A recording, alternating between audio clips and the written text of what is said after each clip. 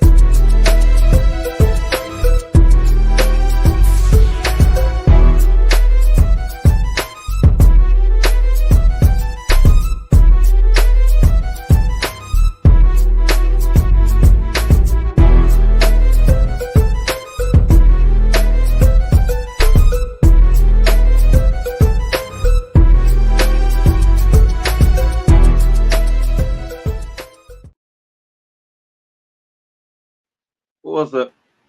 What's up, everybody? What up? What up? Welcome to episode 407. Uh, Today's episode is gonna be dedicated to my cousin, who we lost this week. One United States veteran, Steve Bunkley. That's right, Bunk. I'm dedicating this episode to you, big dog. It's my cousin. We lost him earlier this week. Special shout out. Keep your the Bunkley family in your hearts and prayers. But I am gonna dedicate this to my Listen, when cousin. y'all see I don't know. It sound like my uncle Chauncey King. But anyway, dedicated the show to Steve Bunkley. We love you, Bunk. We miss you. Want to be Heels on. And like I say, we're gonna go ahead and get started, man. We got a lot going on this week in sports. I mean, cause though he was a avid Falcons fan, so I know he's gonna be interested in what's going on with the future of the Falcons. We got a college championship preview coming up, wild card recap, and a divisional round preview. Of course, we're going to discuss the futures of the teams that were eliminated this week. We got big time news from Steelers Nation, big time news from Ravens/Giants Nation. Got some Oregon QB news. Might talk about the Lakers, might throw a little baseball in there, but no matter what, it's all gonna be sports, baby. And it's episode 407. Hey, let's glide to heaven, everybody. Let's get started. All right, welcome, everybody to the Red and Red Sports Show. We are here, and me and Red are live from the ATL Shouting. Give me real sports talk, because we're real sports athletes who are real sports fans who have real sports knowledge. What knowledge? We got plenty of that. And right now, I got to welcome a man who is no stranger to anybody, and is no stranger to the Big Easy Grill, which he frequents often. And you got to try the red beans and rice. I'll say it for him before he say it. H.O. in the building from the Sports Roundtable. What's going on, H.O.? Good morning, Red. I'm praying for you, bro. I'm praying for you. Only thing I would say, yes, Red, is make your cousin proud. Make your cousin proud. So, but good morning, right. Good morning, Rev Night Nation. Good morning, Coach. Hope all is well. Coach, yes. Have you called Mike Tomlin yet to see what he gonna do? Yes, we talked. I got some words from him, and we talked for a minute. And like Red said at the beginning, this show we're gonna do it for his cousin. We know, and anytime there's loss in the family, that's never good. But we know they're going to a better place than we are. So. God bless the family during this time, and we're gonna honor him and make sure that everything is glad that everything is okay with the family so far.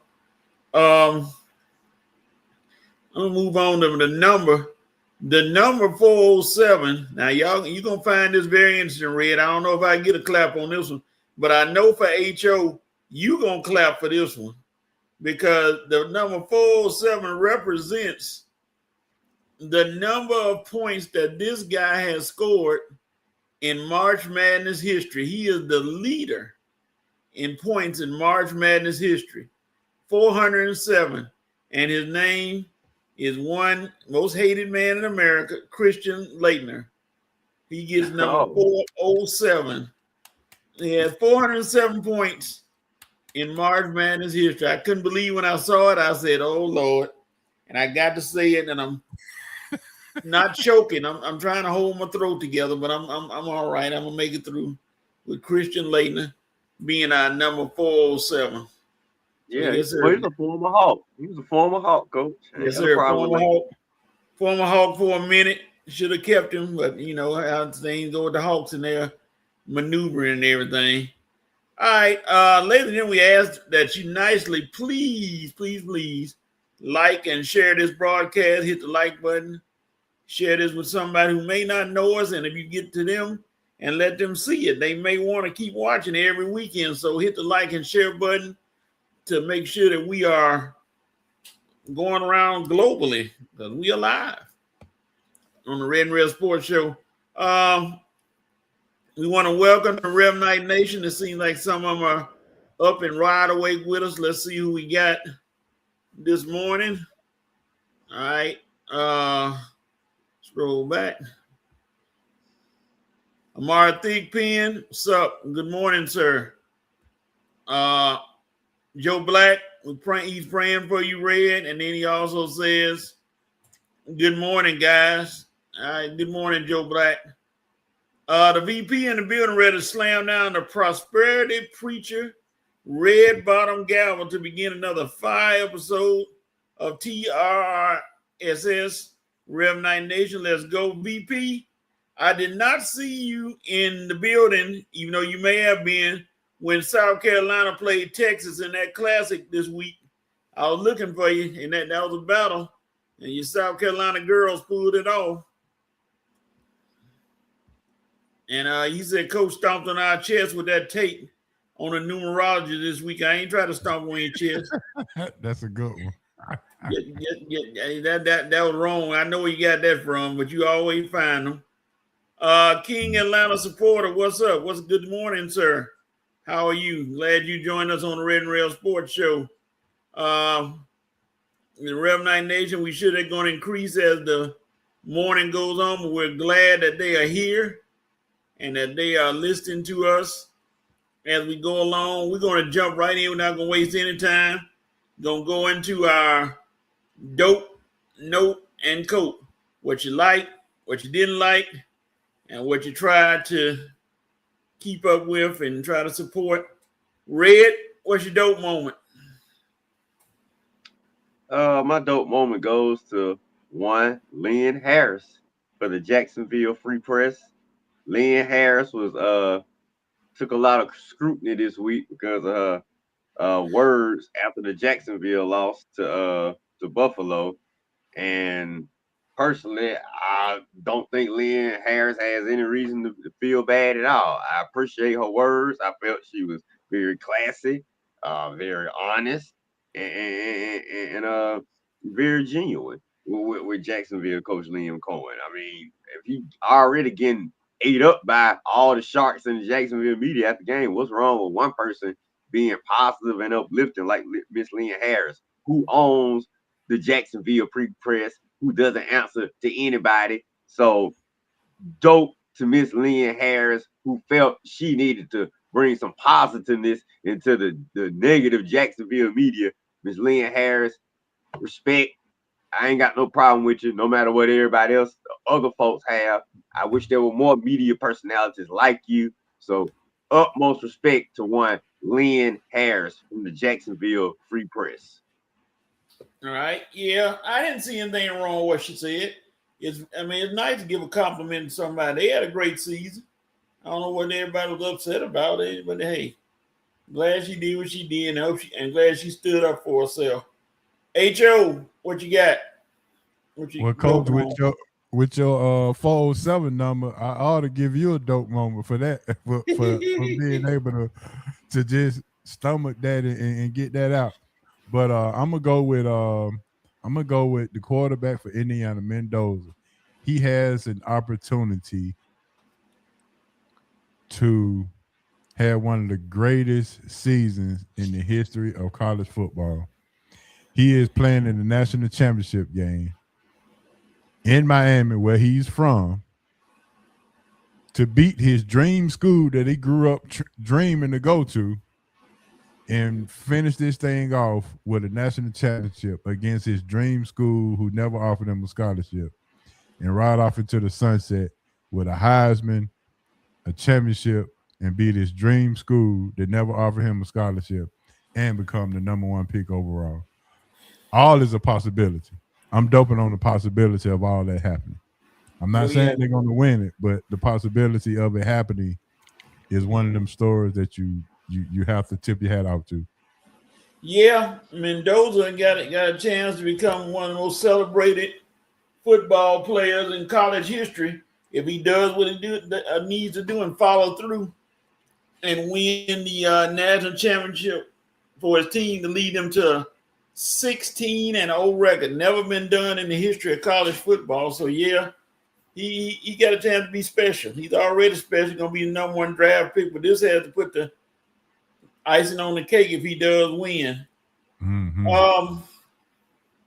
My dope moment goes to South Carolina, and that's why I told the VP that game was a classic when they played Texas the other night, #2 against #4, and South Carolina looked a little rugged for a minute, but Raven Johnson from right here in the ATL and Westlake High School came through with some clutch baskets down the stretch, and the South Carolina women's Gamecocks beat Texas by 4 points, and they solidified this #2 spot right behind you know who, old Gino in Connecticut. So we can see that being the national championship battle. I don't see anybody being able to stop those two. So we hope to get ready for that one. That's going to be a good one.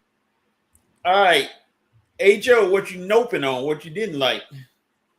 I'm sure we're gonna get to it, but I'm noping on the fact that the Dodgers can just spend money however they want to sign Kyle Tucker to one of the richest contracts ever in the history of baseball for 4 years and $240 million. I'm sick. I'm sick of them. I'm sick of it. I'm just sick. I'm noping on that. I mean, they trying to put an all-star team together without even being in July. Yeah, that's true. I'm noping on that for sure. Yeah. I was missing my brother who's a staunch Yankees fan.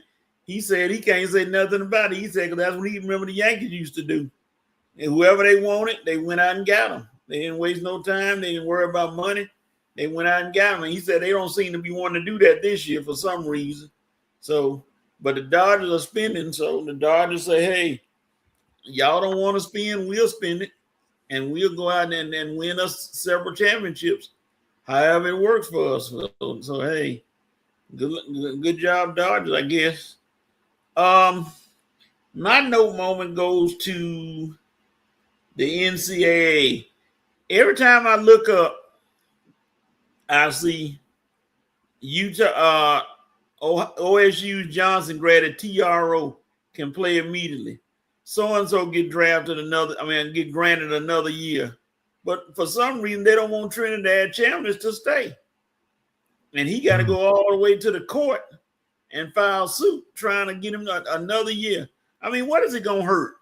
I don't know. He must, somebody must not like him or something. He got to go to court in Lafayette County in Mississippi trying to get him another year because he had an illness. But hey, that saga is yet to be continued. I hope he gets another year, but if he doesn't, then hey, somebody better get on the phone and call him and get ready to try to pick him in the draft because he's going to get picked early on, I believe. So good luck to Trinidad, whatever happens with him. Red, what's your note moment? Man, I got a real note moment, but I can't say it now because I got to wait. We get on in the call with me. Get on in the call with me then. I know the Falcons better not do it. I know the Falcons better not do what I hear and they about to do because if they do. I know you. Go ahead, Red. Falcons, fans gonna be pretty disappointed by how I react, but hey, they doing this all to themselves. But nah, I'm gonna wait. I'm gonna get on Greg Roman for right now. Greg Roman is my note moment. Oh, y'all wanted me to get on that Falcon talk. Nah, wait, don't worry. You'll get what you want if they do what I think they about to do. But hopefully they won't, and I can relax because I really don't feel like getting worked up. But Greg Roman, you my note moment for right now. Oh man, how many teams you gonna get fired from, man? What is it about you? You come in, you get the offense on track. And for some reason, you just can't get past the wild card round. I mean, you couldn't get past the wild card round in Buffalo, they let you go. You couldn't get past the wild card round in Baltimore, they let you go.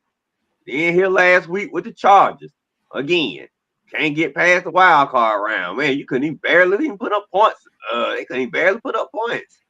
Dude, Greg Roman, man, dude, I tell you. You get it started up, but boy, you just can't get over that wild card humping. Once again, back unemployed, looking for a job. So whatever team bring in Greg Roman next, I hope you know he'll get you back on track. But maybe 8 and 9, or maybe that wild card round by the far as you gonna go. Sorry, right. Greg Roman. Big nope for you, big dog. Greg Roman gets the note moment, unfortunately for him. Well, hey, he got to do something, I guess. I don't know wherever he's going to end up. Whatever happens, we'll see. Probably need to go back to college or something. All right. My coat moment goes to these coaches who are getting interviews under the Rooney Rule. Now, I know what the Rooney Rule was created for. for interviews. But some of these people that are interviewing, it's a two-edged sword, I guess. Some people say, well, it's good to get interviews. That way people can see you and know that you're interested in a job. But if you're interviewing for somebody, you know you're not going to get the job, why waste time? And that's just my opinion. Why waste time going to interview? Like I saw, and I don't know if this is stepping on your point, Rex. I mean, not Rex, Red, but Antonio Pierce interview with the Falcons. I'm like, Antonio, let's be real. They're not going to hire you. I understand you trying to get a job, but they're not going to hire Antonio Pierce. And somebody may say, no, it's good he doing that. Maybe it is, but it's not good to me. So I'm coping with the Rooney Rule. I know it has helped some people, but lately it seems to be hurting black coaches. So I'm coping with it, and that's that. Red, what are you coping with? I am coping with one Jamel Hill. Lord have mercy. Uh-oh. Why won't this woman just go away? Jeez, every time she opened up her mouth, it just repulses me. I mean, first you dogging out, I don't know if you're dogging out, but you criticizing Miss Lynn Harris in Jacksonville, and that was surprising. I mean, I thought you for black folks, Jamel. How you gonna criticize one of your own? A fellow sister trying to do the same thing you do, get ahead in the media, and you gonna criticize her because she being positive? Girl, bump you. And then after that, you gonna come and criticize the Steelers for being racist? Are you kidding me? Talking about how they handled the Mike Tomlin situation was racist. The Steelers, Rooney Rule Steelers, keeping a black man in charge of their organization for almost 20 years. They're racist. Girl, like I say, I am so glad ESPN let this girl go. We don't have to listen to her crap on a national basis.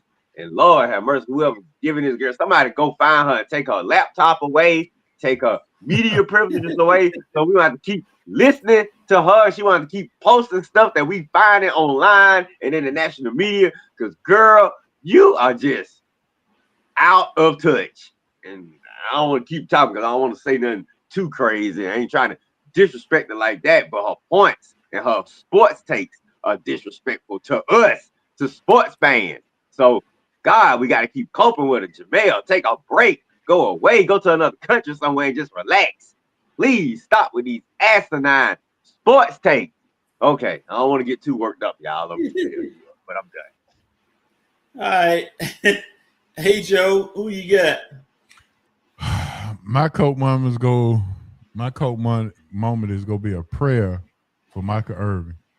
Oh, if they win, then we got to hear this for a whole year about Miami winning the championship, and they may have to send him to a facility to just get right. But if they lose, he'll be on suicide watch for sure. I like how you use the word facility. That's a polite word way of saying where you need to go or where you may need to go. If they win, they're gonna have to strap him. I'm talking about to one of them. I think we got one down here in Millersville that'll be good for him. Yeah. Listen, either way it go, they're gonna have to watch him all game and see what's going on. They go. Look, if they losing in the fourth quarter, beware, he might jump out on the field. So somebody please put security on Michael Irvin before he go crazy. Or he might get the belt and start whipping himself. Who knows? Or maybe he may try to whoop a play if they mess up. Who knows? Yeah. Gotta watch him. I just hope it knows don't start bleeding. We no comment. Yeah, exactly. All right. Yes, suicide watch is on his way if they lose. So we're gonna pray for him. I'm just mad they made this. Why we gotta keep putting up with this, with all this stealing this from them. God. Mm-hmm. Yeah. That's the thing. All right, the Rev Night Nation has come out with that dope and open coats. Let's see what they got. Let's scroll back. All right. The VP said, all kidding aside, if you take your feelings out of the equation, Christian Laettner was that dude. Straight up baller. No comment. Well, Coach, I was hoping that you were gonna say that too. I tried. Yeah, I get an A for effort, but an F for failure. So I tried. All right. Well, Laettner wasn't that bad a dude. He was all right. All right. Oh, the VP said he was in there in section 108, third row. Our seats on the visitors tunnel. Okay. Yeah, I was looking for you. I said, where's the VP? Somewhere in the building, I know, but couldn't find him. I'm glad y'all was able to get to that game.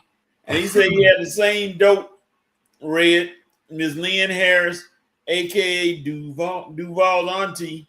She uplifted a young man who broke down some major walls and Willing Jacks to an unlikely playoff berth. Great season build on it. Yeah, they going to get, and then they be getting Travis Hunter. So, hey, next year, they should be right back in the mix, in the thick of things. You never know. And they announced that he's going to continue to be a two-way player, too. Yep. Dope moment. Zach Robinson interviewing everywhere but Atlanta. God, dog. Okay. The VP said there are a ton of storylines in this natty game. The Cuban-American quarterback, Mendoza, versus a Cuban-American coach in Mario Cristobal.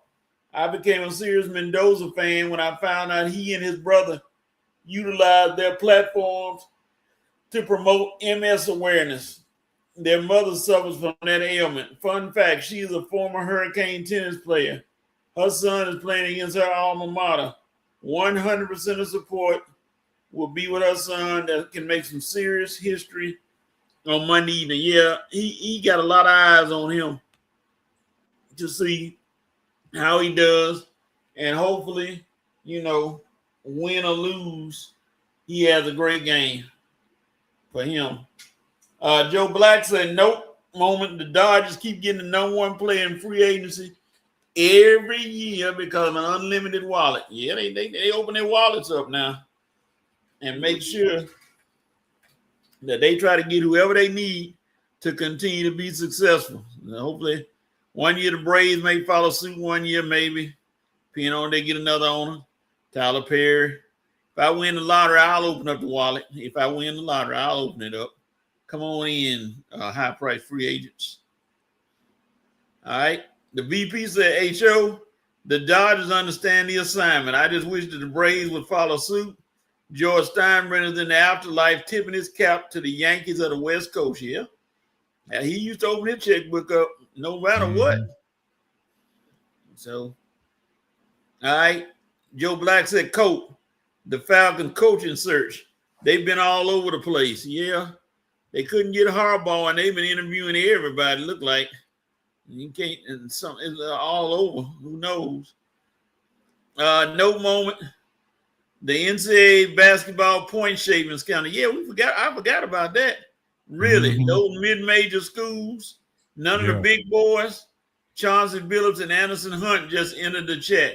That is absolutely ridiculous. Yeah, Kennesaw State was involved in it as well. They were. I saw Alabama State. I saw North Carolina A&T. I saw some of everybody. Not my boy Simeon Carter from Simeon. Don't do that to me now. 19 schools, I believe, are involved in it, and I don't know what they're gonna do to the players or the team or what, but I know it's just getting started. Somebody said that it's just the tip of the iceberg. I said, wow. That would be a shame if it was. The NIL is trickling down. Yep. Making things crazy. Joe Black said, Coach, I agree with you. I think the teams are making a mockery of the Rooney Rule. Yeah. And the VP said he coping with the Rooney Rule. I hear that interview with my cousin, Junebug Harrison, because he was the equipment manager of the Dolphins last year, knowing he had no chance to get hired. Black Ninja candidate check. Now let's go hire who we really wanted. Yeah, it's being abused, unfortunately, and I hate that. But That's what's going on. It seems like. The VP said double coach. Jamel Hill is out of bounds on that tape. She got the clickbait that she desired. The Steeler organization handled this departure with absolute grace. Yeah, I guess you need some you need people to like you. I don't know what you're trying to do. And the VP ain't through yet. He said triple coat. SAS, this dude is afraid that black folk don't like him anymore. He stepped up on his soapbox and had an unnecessary soliloquy, talking a bunch of nothing, even mispronounced his own fraternity. SAS is master art of the click. I'm not mad at you, bro. It's all in the game. Shaking my head. Well, everybody can't like everybody.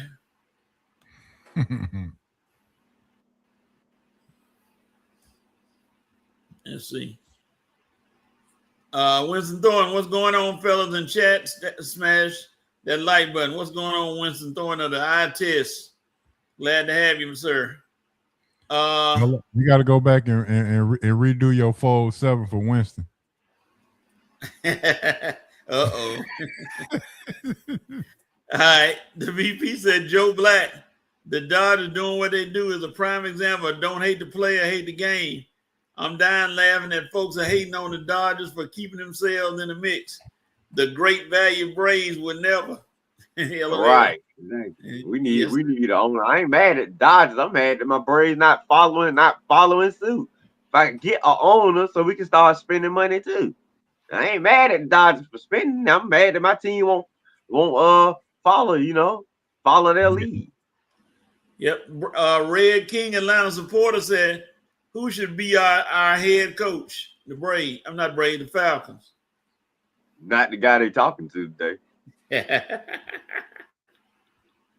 Yeah, that list is getting longer and longer. They interviewed the 9 people. Yeah, that's what I'm saying. All these folks they interviewing, man, that should have been a topic. I'm sick of all these interviews, man. Do you actually want some of these people? Just wait, like Coach said with the Rooney Rule. Just wasting time bringing all these folks in. If you're not, like Coach said, with Antonio Pierce, good well, you ain't finna hire no Antonio Pierce.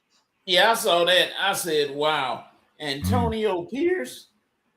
And then they had the nerve to put it on TV, talking about he was being interviewed. Who cares? He's not coming here. If you've done all the requirements for the Rooney Rule and all that, dude, just go ahead and focus on your main guy now. Yeah, because it's gonna be time for the draft soon, and you need somebody in place. Dope from Winston Thorne, Braun getting a 23rd season commemorative patch on his uniform for the rest of the season. Yeah, I think this is for him. 23. I think he about to shut it down. Doing all these patches and everything, it's about to be over. That's a dope moment. What you feeling him? Y'all LeBron fans make me laugh, dude. That's a dope moment. The VP said the Rooney Rule isn't being abused, is being made a mockery of. Well, yeah, they mocking it. It's getting mocked all over the place. No moment from Winston Thorne. Stephen A. showing his hand on trying to prove his blackness and relevance to people. Now, let me say this about that. I'm a Stephen A. fan because one thing I like that he does, if he don't do anything else, I don't see anybody else, all these other black journalists and sports people going to the NABJ and trying to help young people get a foothold in this business in journalism. He is there every year trying to show them ways how to get there. I know that's not a big thing to a lot of people, but at least he's doing something. He may be say some crazy stuff. And then also all these people with these podcasts and forums and everything, he's the only one that got enough clout to get to go to these HBCUs and do a live show. I don't see Marcellus Wiley or all these other guys jumping up and say, I'm going to do my show from Bethune-Cookman or Jackson State or somewhere. I give him props for that. Like I said, a lot of stuff he said, he go crazy because he just that crazy, but he does do something. He don't just not do anything. But some of these other folk, And somebody actually compared him to Whitlock. I said, no, I don't think nobody could be as bad as Whitlock. I'm sorry, Fatlock. That's what I call him, Fatlock. Well, Coach, I think the bad outweigh the good. Is what he do or don't do, and what he say and it's the killing of the community that kind of equals out what he actually does in the community. So I think that's the whole point. You know, he never talked about Dana White when he had his thing, but as soon as our community had a little situation going on, that's the first thing he wanted to talk about. And he needed to stay out of the politics for sure. Yeah, somebody put the butane gas tank to him and told him he could be a politician. You know, when somebody tell you something like that, you know, you try it. Like they say, you eyed it, tried it, and buyed it, and it didn't work out. So stay with sports. Stay with sports. Yeah. I'm just laughing at all the butt kissers on ESPN that just come on there and just kissing butt now. I'm like, dude, you don't need this guy to further your career. If you're a good analyst or know your sports, you don't have to come on there kissing his butt for what? You probably half of these folks probably know more about it, especially the football folks. They know way more about football than Stephen A. could even ask to know. And then they go on there kissing his butt. Man, please, if I'm on there talking football, dude, shut up and let me talk. That's why I'm really upset Shannon Sharp got booted out the show, because eventually he would have told him what he needed to tell him, but because that's a guy, he gonna speak the truth, but he got his own situations. And nobody else on the show ain't bold enough to come on there and tell Stephen A. what he needs to say. So, like I say, he just gonna keep doing what he do, but like I say, I don't have to pay attention to it. I know the truth about him. I know the truth about First Take, and that's my opinion on it. Ryan Clark kissing his butt this week. Man, say one thing about the Cowboys and Major League Baseball. Here come Ryan Clark. Dude, man, I see why ESPN made you number one. You the greatest, Stephen A. for that. I'm like, dude, he didn't say anything that great. He just made one little comment, and here go Ryan Clark, doggone, dropping on his knees for the guy. I'm like, dude, Ryan, come on, man. Be your own man. You played football yourself. You won a ring. You act like you got to kiss his butt to stay alive or something in the sports media world. I'm just sick of it. All these former athletes come on there just kowtowing and kissing his butt like he's the NFL guru or something. Y'all guys know more football than him. Now we talking NBA. Yeah, I know he knows NBA. That's the how he got on there in the first place. I'm not talking about his NBA talk. I'm strictly talking about his football talk and all other loud talking that hard speaking of in situations, subjects he don't know nothing about. Mm-hmm. Well, I noticed he makes sure to try to cover that up by saying, if you listen to him, he'll say, I defer to Ryan Clark and Swagoo because y'all played the game and y'all know more than I do. He'll put that disclaimer in just to throw people off and get y'all off. If you're going to say that, then be quiet and let them talk. You can't say that and then start running your mouth more than them. All right, Winston said, I'm not knocking him for giving back and mentoring, but what's known doesn't need to be said. He be going over the top a little too much. You got to understand, when that's his personality. He made his money by being that loud, boisterous guy. So that's what he got to support. He can't be quiet. He ain't gonna ever do that. So, all right. Then you got King Alonzo Porter said Matt Ryan really wants the Seattle Seahawks offensive coordinator. Okay. Then why don't he get him then?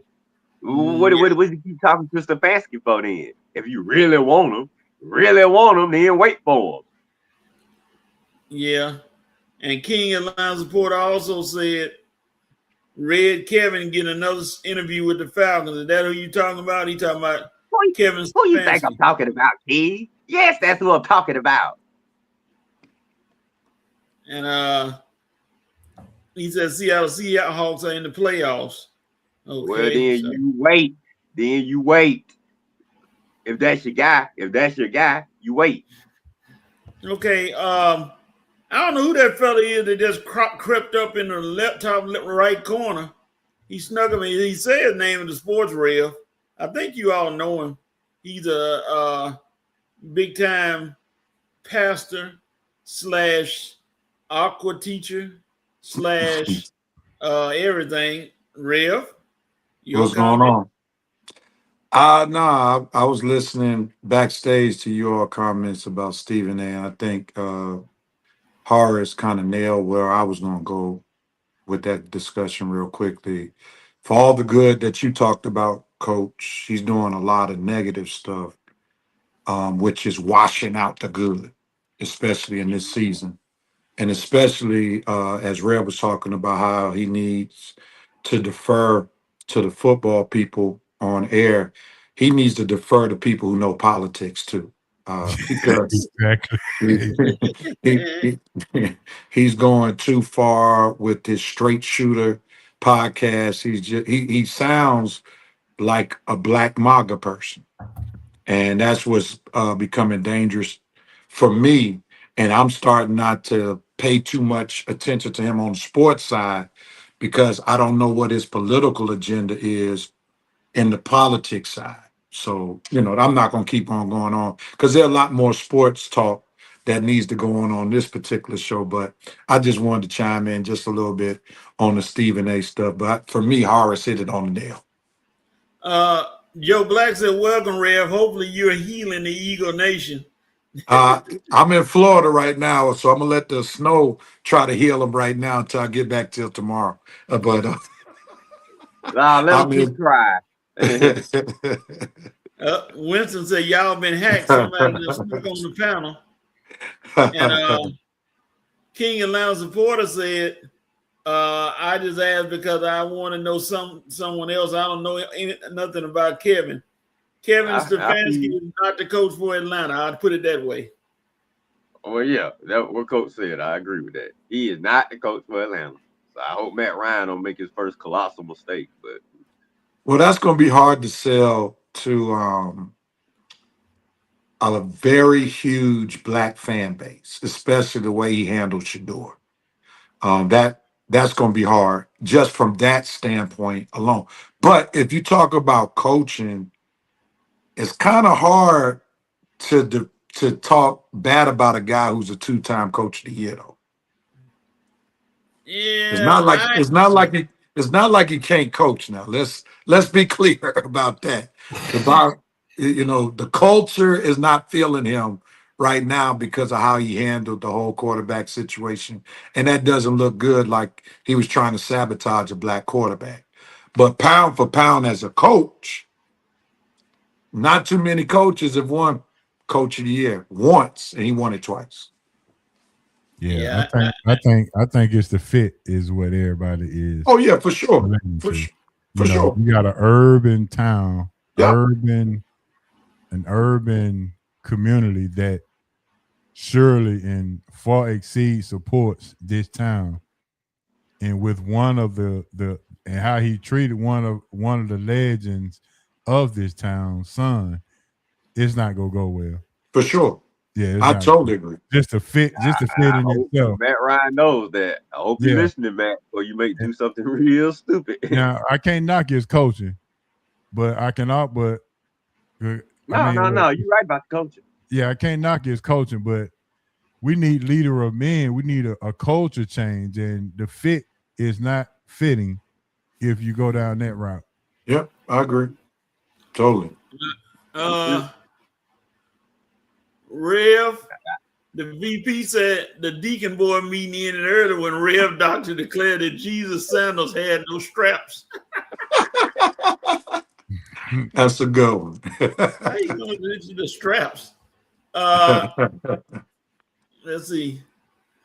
King Atlanta supporter say, I don't know nothing about Kevin Red. We need help in Atlanta. Not no yes men. Like we say, Kevin a good coach, but like we all just said, we don't believe he fits in Atlanta because of the Shador situation, because of some cultural differences. We just don't think, personally, and Rev and Horace agreed, we just don't think Kevin is a good fit in Atlanta. I have no problem with his coaching. I think he'd be a decent offensive coordinator for another team. He might even be a good coach for a team like Tennessee Titans or some lower tier market, but Atlanta is a big market, and we need a name that we can all respect, not a name that's going half of the fan base gonna be booing and poo-pooing as soon as you walk in the door. That's not what you want. That ain't what Matt Ryan wants. Well, should we start singing? You better off keeping Raheem another year. Well, right. I bet I'll keep it right here for one more year before going after Stefanski. I tell you what, should we start singing a song? They say this is a big rich town. Yeah. I had that. I started to have that as my dope moment today, but I chose to go a different route. Boy, Tariq showed up and showed out. Hey, sport. Entertainment. Trust me, I can talk entertainment all show long, but Rev said no, Rev. We're gonna keep it sports related. Not giving them the power recaps or anything. I still gotta watch 2 episodes. It was the accuracy of the accuracy of it. Okay, I did finish Ghost Y'all last night. I had to finish that because of what's going on in Force. So now I got a few more episodes to catch up in Force. I'm almost there. I did finish Ghost though. Joe Black said he's agreeable to keeping Ulbrich, which is important to blank. Who? Oh, Lord, Joe Black said no one had Mike McCarthy's number. You know what? I'll take him before Stefanski. I sure would. Man, that's who you need to bring. You're gonna bring in Stefanski, you might as well bring in Fat Mike. Fat Mike. All right. Kevin can't come to Atlanta. Winston said, can he coach? Yes. When you're trying to change the culture like they said Matt was hired for after the whole Shadua debacle, he can't come here. Let me ask y'all this question. Is this the culture, the climate, is this the similar situation to them getting Trae Young instead of Luka? Yeah, it's similar. Okay. I agree. It was hard. It was at where the Hawks were when they drafted Luka and then traded him to trade. They needed a face, and because of the urban background, that urban fan base rather, it's hard. It's going to be hard to sell a foreigner. If we had an already established star on the team that could have gotten the shine while Luka was playing, they could have kept him. But if you're trying to like we know part of the Atlanta scene is the nightlife, right? So sometimes the entertainment industry and the sports intertwine. And a lot of times these guys go to different clubs or whatever. They advertise them. You can't advertise Luka at some club in Atlanta. That just wasn't going to work. Yeah, blame the Migos for that. Yeah. Blame the Migos for drafting Trae Young. But I tell you, if Danny Ferry was still a general manager, it would have never went down. Yeah, I agree. Rev, I understand your point, but let's keep it a buck now. I don't think in the club gonna be too hard for Jalen Johnson coming through the front door. Hey, it's Jalen Johnson in the club, y'all. No. Well, he became the lead guy by default, and they're not trying to keep him up there either because they're looking for the next big thing. So that they had to get rid of Trae to ultimately bring somebody else in. We don't know who that person's gonna be. Like you say, Jalen is second. To me, Jalen is a co-star. If it's a movie, his name will be second. He's not Mel Gibson. He's Danny Glover. For sure. He's Robin all day long. All right. Thank you, Reverend Night Nation, for all your dope note, quotes, and comments. We appreciate you all joining the show. Rev, anytime you want to take over, it's all yours, brother. No, I don't have. You go ahead on, man, because I got to leave after a while. You go ahead on. DJ the whole show. Okay. Because guess what? Coach, keep Roscoe running. Don't feed him. Never know. Don't say nothing. Because Roscoe go get him some bread, and then he be wanting to come back. He won't want to come back. Watch him. Coach, if you could do me a solid, man. Y'all say that college preview stuff later. Let's talk about NFL real quick while I got some time. About the coaching changes and stuff like that. Mike Tomlin and all that stuff. I want to get in on that.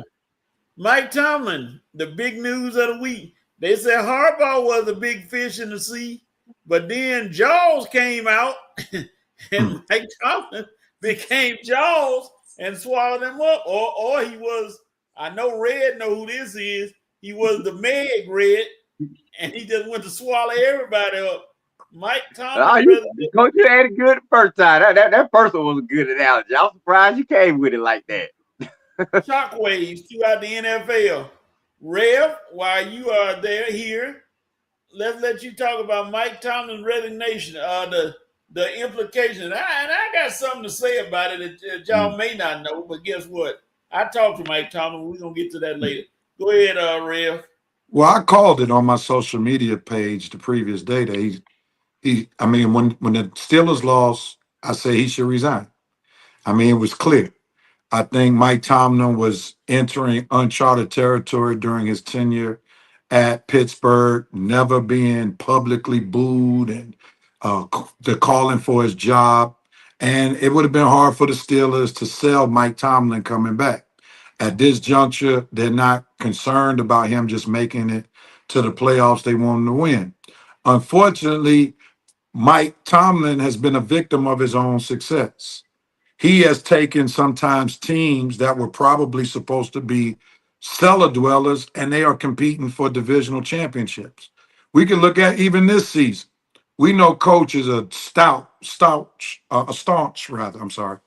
Steelers fan.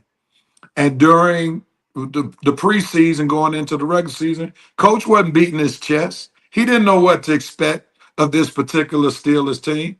And Steelers Nation didn't know what to expect of this Steelers team. And then when they jumped out to the start that they did, all of a sudden the expectation level just started getting real high. You know, people just thought that Aaron Rodgers was going to come in and they were just going to go by the win, and then, you know, the next season will be on. So Mike Tomlin has done a phenomenal job. You know, for some folk, never having a losing season, that's very remarkable. Nobody else has really done that. And to do that for 19 seasons, that's wonderful. But now in this social media age where everybody has a voice, everybody has a platform, that's not going to go anymore, just having winning seasons, because people are going to talk about it. And I'm going to say this. I think some of the media was happy to put his name in the mud, because it was just interesting how even in the broadcast they would say, Mike Tomlin hasn't had a losing season, but he hasn't won a playoff game in 7 years. But they didn't add the caveat that he's basically had trash at quarterback.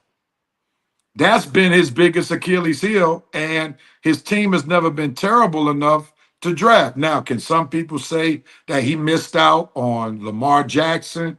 Yeah, Lamar did fall, Shedeur did fall, so forth, so on. But nobody really ridiculed for them overlooking those particular quarterbacks because they were a crapshoot. Nobody said that they are a proven commodity. Nobody knew that. So, you know, they failed on the Kenny Pickett situation. They tried to do something with Justin Fields and Russell Wilson. That didn't work out.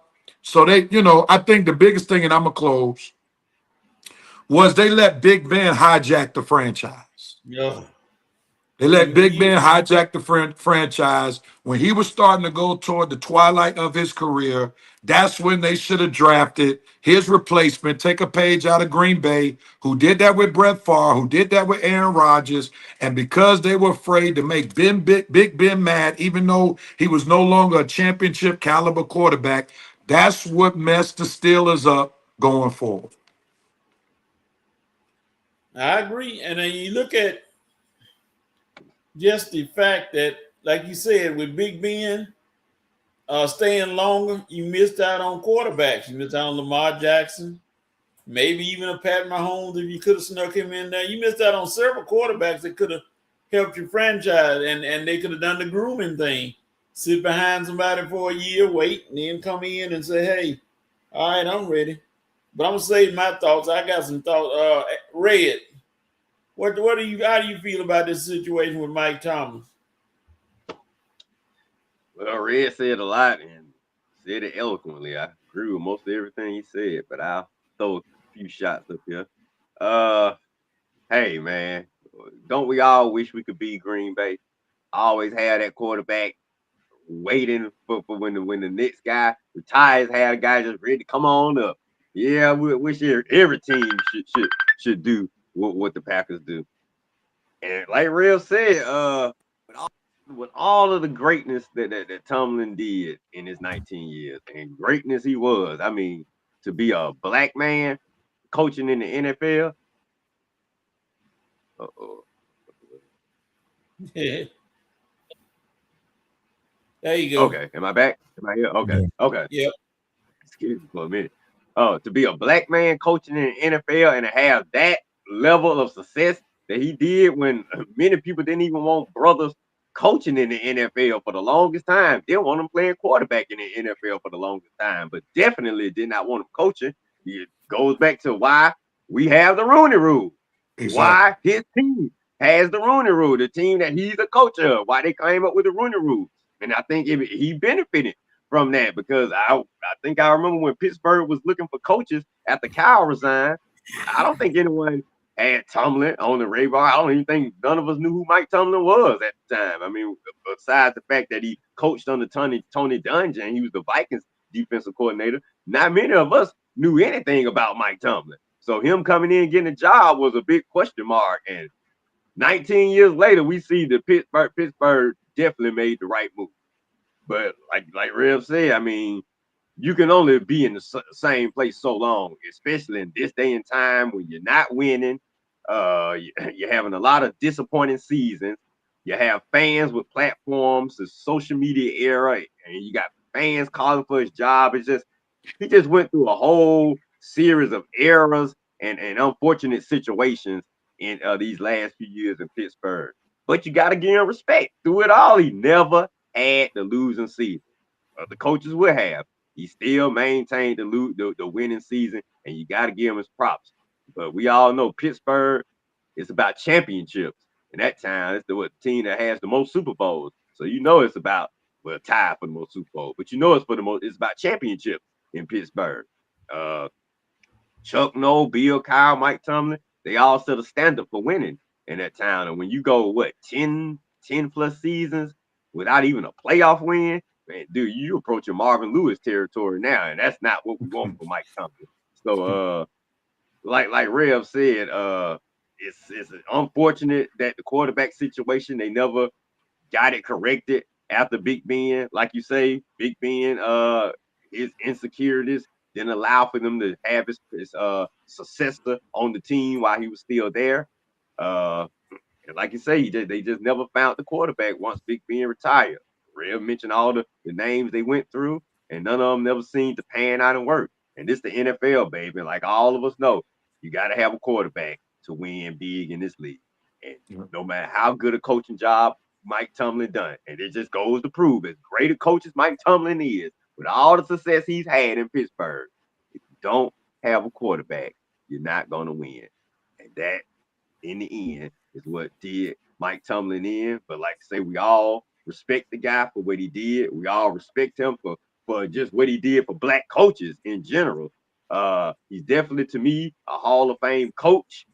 I don't care if he didn't win a playoff game in 2 years. I don't care if he only got one ring. Mike Tomlin is a Hall of Fame coach for the standards and for what he stood for as far as black coaches in the league, the excellence he stood for, going every year without a losing season.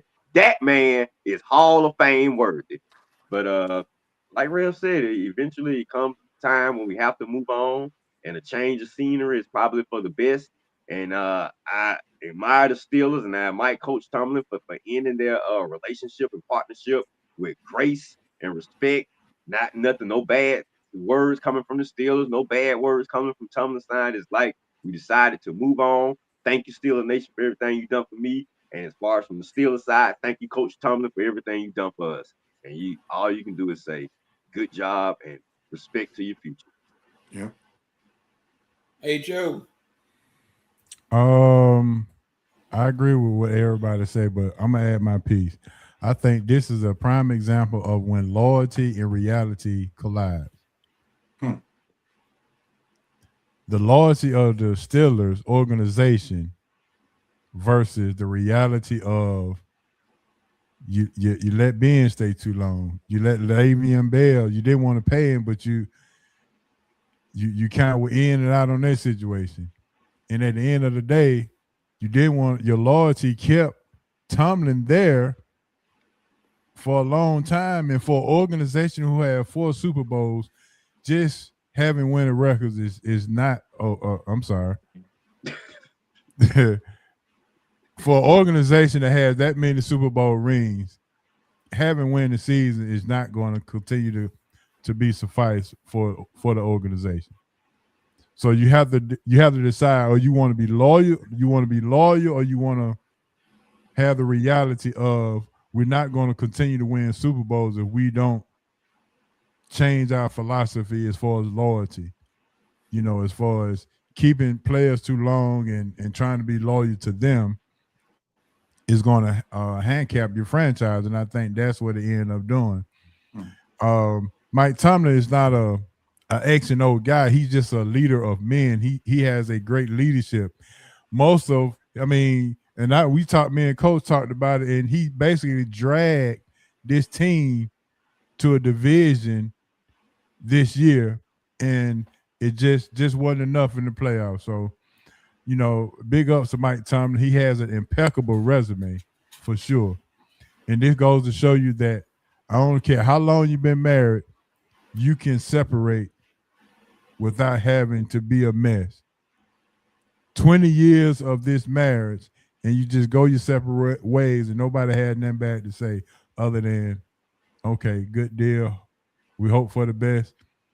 I hope for the best for you, and there you go. Now, going back into the market, if Harbaugh got $20 million, Tomlin may get 22. That's how good his resume is. Falcons wait a year, a couple of years. Yeah, well, they can have a conditional contract set up. I mean, hell, his daughter right down there at UGA, they can have a conditional contract set up. And just let the community coach the team until he's ready. Yeah. Horace, coach, y'all going down there and coach the Falcons until Mike Tomlin get ready. Even in Tomlin leaving, the main thing I notice about it is the negative people still want to talk about him. Okay, you wanted him gone. He's gone now. But yet every day is a negative story trying to come up. Now they've come up with something saying he had a white mistress. You ain't heard anything about that all his time, but now all of a sudden he's gone, and a story of a white mistress has popped up with a kid out of nowhere.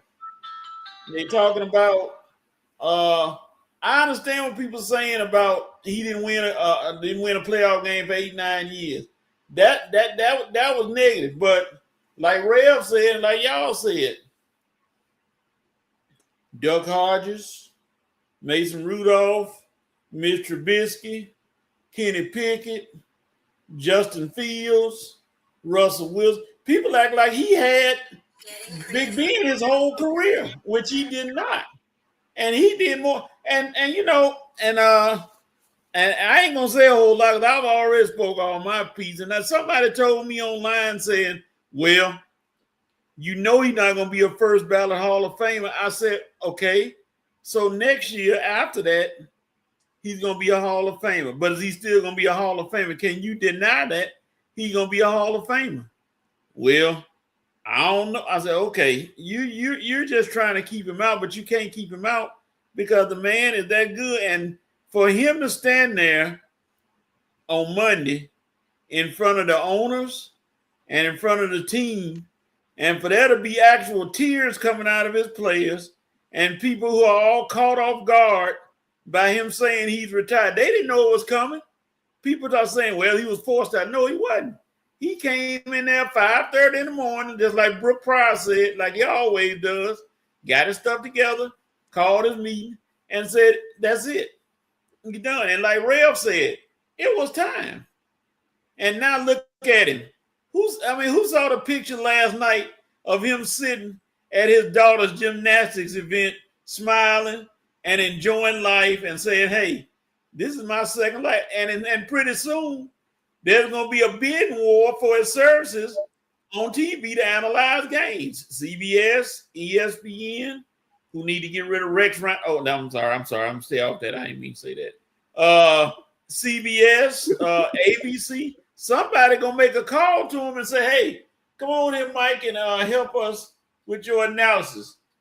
And then he going to get on there with his colorful statements like there's a fine line between making wine and smashing grapes. How can you argue with something like that? Or I can tell you what's in a hot dog, but I can't force you to eat stuff like that. Oh, I mean, who can argue with his words? I mean, he knows he's an intelligent man, and he left a legacy in Pittsburgh. And now, I think this is a Nick Saban, Kellen DeBoer situation. I would not want to be Kellen DeBoer in this situation. I don't want to be the one that follows him because somebody follows him and they have a losing record. That's something that they not. They're going to have a losing record. That roster this year was terrible. I mean, especially on the offensive side of the ball. I was commenting to somebody, if they looked at their counterpart in the state, the Eagles, not one of their skills player would start for the Eagles. Nope. DK Metcalf could not be the A or the X or the Y receiver for the Eagles. Exactly. Hey. Warren would have played behind Tank Bigsby, the backup for the Eagles. You know, so those things weren't really being talked about as well. Because the Steelers, you know, they chose to do what they did. They put all their money on the defensive side of the ball, and they didn't have the lights out defense that they were experiencing or expecting rather. But the offense was, I mean, they didn't have anybody, and you know, Gainwell did well, but that roster's bad, and that whoever follows Mike Tomlin is going to have a losing record probably coming in, because I don't think you could turn that roster over that quickly. What DK did his best to try to take the pressure off. Real. Yeah. He did. So, Rev, instead of you saying he had all his eggs in one basket, seemed like he had all his legs in one casket. Yeah, I mean, you know, Tomlin just showed another great year of what he is as a coach. You know, Jose, he's not an X and O's guys. He's a leader of men. Wherever he lies as a coach and whatever his strengths are, just show. The bottom line is those players could have died on him or quit on him, but they still stayed motivated and they still gave him his everything. So, you know, it's going to be interesting to see what the next chapter is going to be for him. As I stated, really the best job for him is Baltimore. But I think out of his loyalty to the Rooney's family and, you know, his long-term legacy with the Steelers, he wouldn't make that kind of move because that's why the Packers struggled with Brett Favre when he went to the Vikings. And that was a divisional rival. And Mike Tomlin, he doesn't really like bringing about a lot of drama. And I would imagine he'll probably sit out this coaching cycle because the only job for me, from my perspective, for him to take is the Baltimore job where they already have a quarterback. Everywhere else, they're guessing at quarterback, and he just experienced life, what life is like without a quarterback.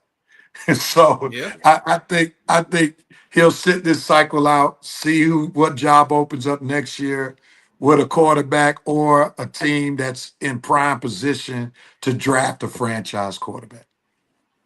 All right, let's go. We'll come back. Let's go to the nation because they got a lot of comments. King Atlanta Porter said Mike to the Falcons. No quarterback. Solid quarterback. Not gonna happen.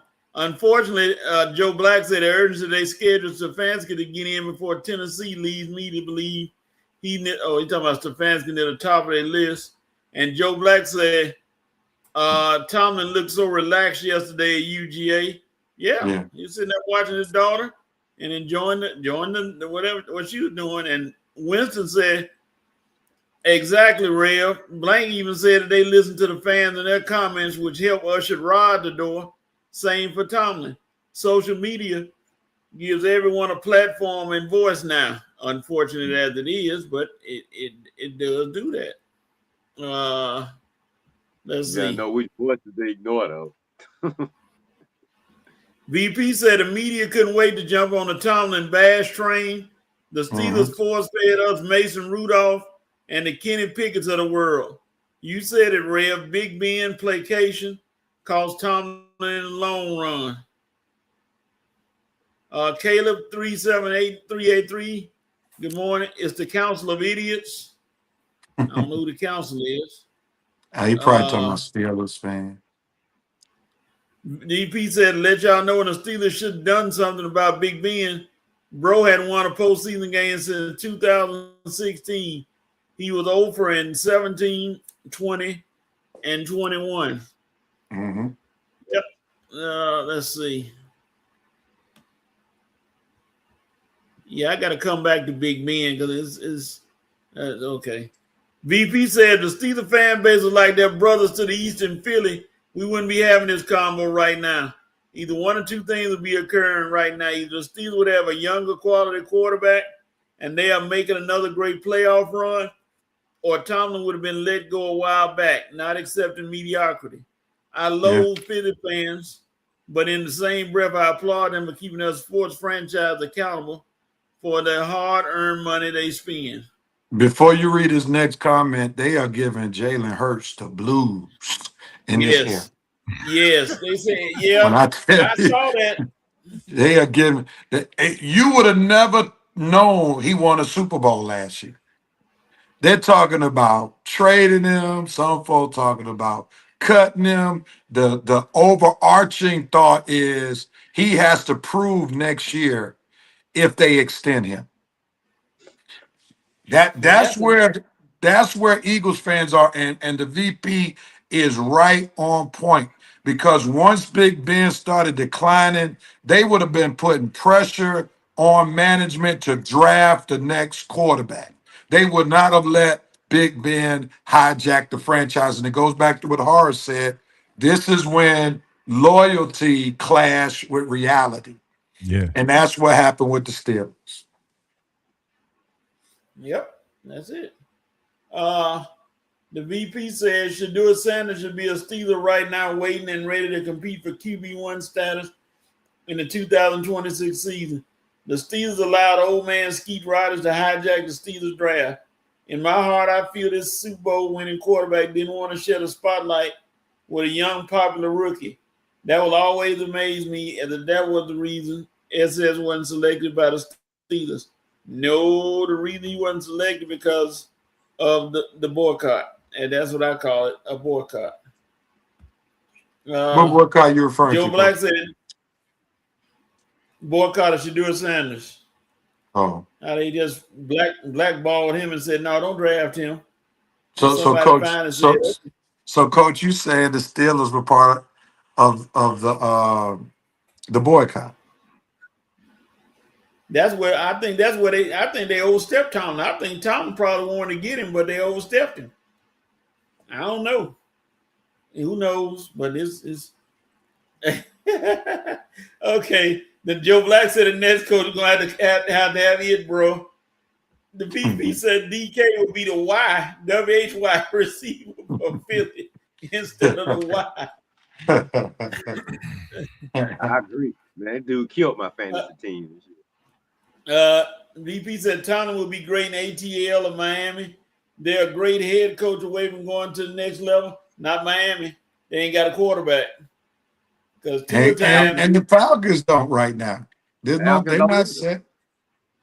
That's true. BP said, Winston, they listen to the people way too late. Better late than never, right?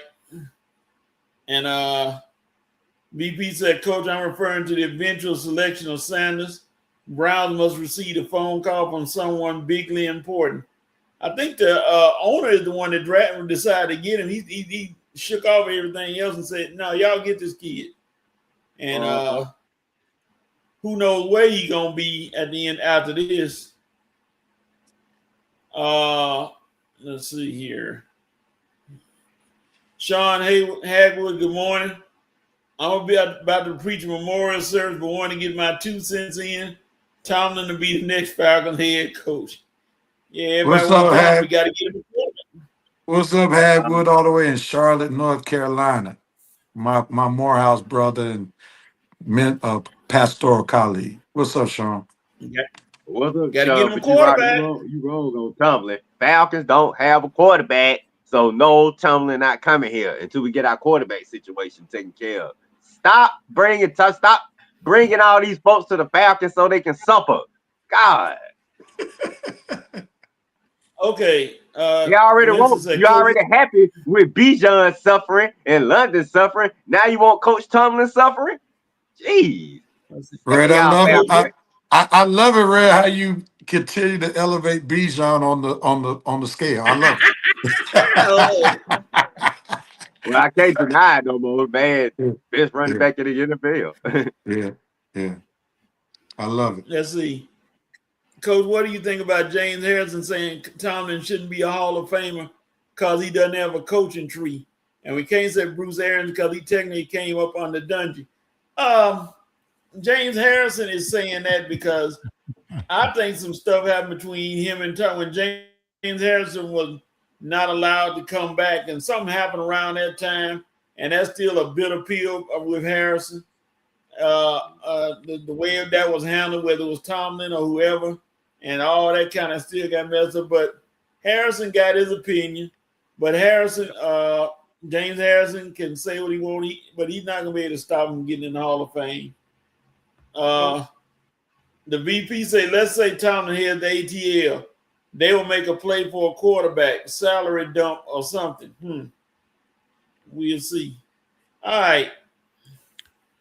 That's the end of James Tomlin. Before you get out of there, Coach. Rare, they got just got a text. Does Coach and Red need to be looking for other podcasts if you interview Tomlin for the job? Say that again. If you interview Tomlin for a podcast job, do Red and Coach need to be looking for another podcast? I get it. Basically, they said if I interview Tomlin, Red and Coach would no longer be on the show. Oh, that's who what said that? Who said that? I just got it. Cuz just text me and said, "Is Coach and Red worried about their job if Sport is Rev interview Tomlin? Because Coach just said he's gonna get a lot of interviews." They're just being funny, man. That's a nice Big Z, I thought we were boys. Oh man, you hurt me, Big Z. You hit me right here in my red beans and rice pocket, baby. Come on now, Big Z. They're on the show more than I am, so I might be the one in trouble. That's why I don't understand that coming. Do you watch the show every Saturday, guy? Rare been more of a guest star than me and Coach have. Now so we gonna get kicked out the show? Well, please, come on now. Big Z, I see you wins. I got something for you for that, Big Z. That hurt my soul right there. Let's see. VP said right now ninjas are taking the opportunity to take shots at Tomlin. Harrison is a loony bird for that take. I wouldn't tell Harrison to his face. I can say it on here. Oh, don't worry. Vincent would. You wouldn't say it to his face. I know you wouldn't, VP. Real? All right, Coach, let me, because I got to go in a few minutes. So let me talk to these Falcons guys real quick. Go ahead. because I just looked down and you don't really have any Falcon talk right now. So Red and particularly Harris, where do the Falcons go now to find their coach? Hey, Coach, take that comment down, please. Okay. Where do the Falcons go now? They got Matt Ryan. So now the next step is either hiring a general manager, or what some teams are doing, they're hiring the coach who's going to influence who the general manager is, like they did in San Francisco with Kyle Shanahan, who basically brought in what's his name? John Lynch. John Lynch. Thank you. Yeah. Well, the rumor has it now that Josh Williams from San Francisco will be the general manager, and he wants to bring in Robert Saleh, who was the former head coach of the Jets, which would lean to say that he would keep Ulbrich as the DC because he was the DC in New York. New York, yeah. Who is OC? That's the important part. I'm so sick of folks putting all this Ulbrich talk, man. Like he the most important thing that the Falcons have had. If Ulbrich stay, fine. If he go, I'm still fine with that. I don't care if they keep Ulbrich. I want to know who is the OC if Robert Saleh comes. If Robert Saleh comes, he gonna have to bring in an OC that you have to bring in a veteran OC, which I would want. I would either. You don't even know who. Like I say, Robert don't even know who. That's what I'm saying. Robert should be saying Mike McDaniel coming with me if I come, because you just think you're gonna get the job and we don't know who your OC is. So we right back at square one again. Well, I tell you this then, if you go the San Francisco route and bring in Robert Saleh, then you have to bring in Mike McDaniel as an offensive coordinator, and you also have to bring in not Clint, but Clay Kubiak, Clint's younger brother, who's in San Francisco right now, just in case Mike McDaniel gets another job. So you'll have a backup there. So he let him be the quarterback coach or assistant offensive coordinator if you're going to go that route. Because I like Saleh as a leader of men, but you got to have an experienced play caller if you're going to go that route. So it looks like for Red, it's Clint Kubiak or nobody. Is that where you are? I mean, right now from the names I'm hearing, I wouldn't even be a man if they call up Mike McCarthy. They can call up Mike McCarthy, Clint.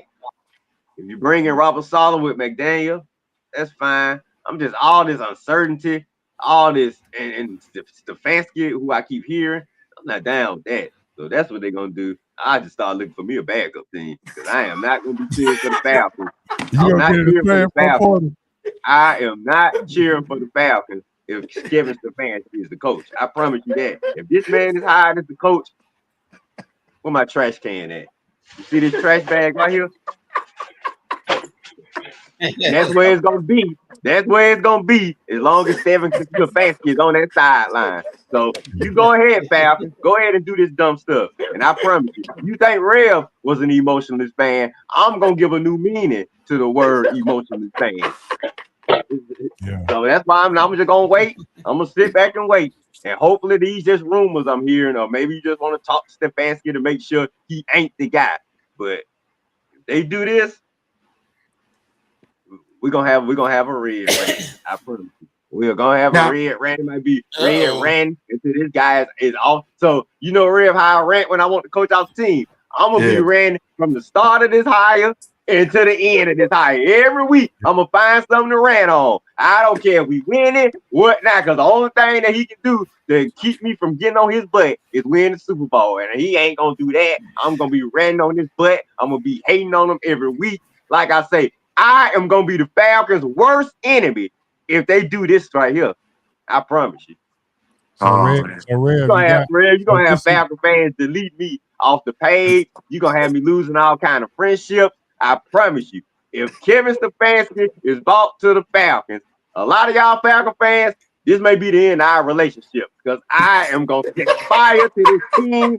I am gonna roast it. It's gonna be like Bruce Willis at the end of Die Hard 2. Yippee-ki-yay! You know what? Oh man, that's funny. It's gonna come down to do you want to go with a first time head coach again? Because Kubiak will be a first time head coach and a first time play caller, so you don't went that route. Right. No, Or do he you play want- caller now, right? Well, yeah, he's a first time head coach, but yeah, he is he's not he won't be a first time play caller, but he's an inexperienced play caller. I would say that. I mean, just 1 year of play calling has done great, but has the consistency been there? He was with the Saints last year. He went to Seattle this year. He got Yeah, but- offensive blood in his background. He just I like mean, to me, I just get like it, Shanahan. but that's what I'm saying. You gonna take a chance on the hit, or you gonna take a chance on somebody who has experience in doing it for a long time, or consistently doing it. So that's Oh, okay. where I am. So you on the Stefanski bandwagon. So No, I guess I'm not. you'll No, be, no, I'm you'll not. be I'm not upset with me on that. too, because I am roasting this hire. I am gonna be the Falcons' worst nightmare if he hires Kevin Stefanski, and Yeah. nothing y'all say will be able to sell him to me. Nothing. Let me So don't let even me try let to me sell ask to me. Ho. Let me ask Ho this. Ho. Yeah. Now last week we talked about it on the show. You know, Red knows I want Mike McCarthy. He doesn't really want Mike McCarthy. Well, I'll take him now over Stefanski.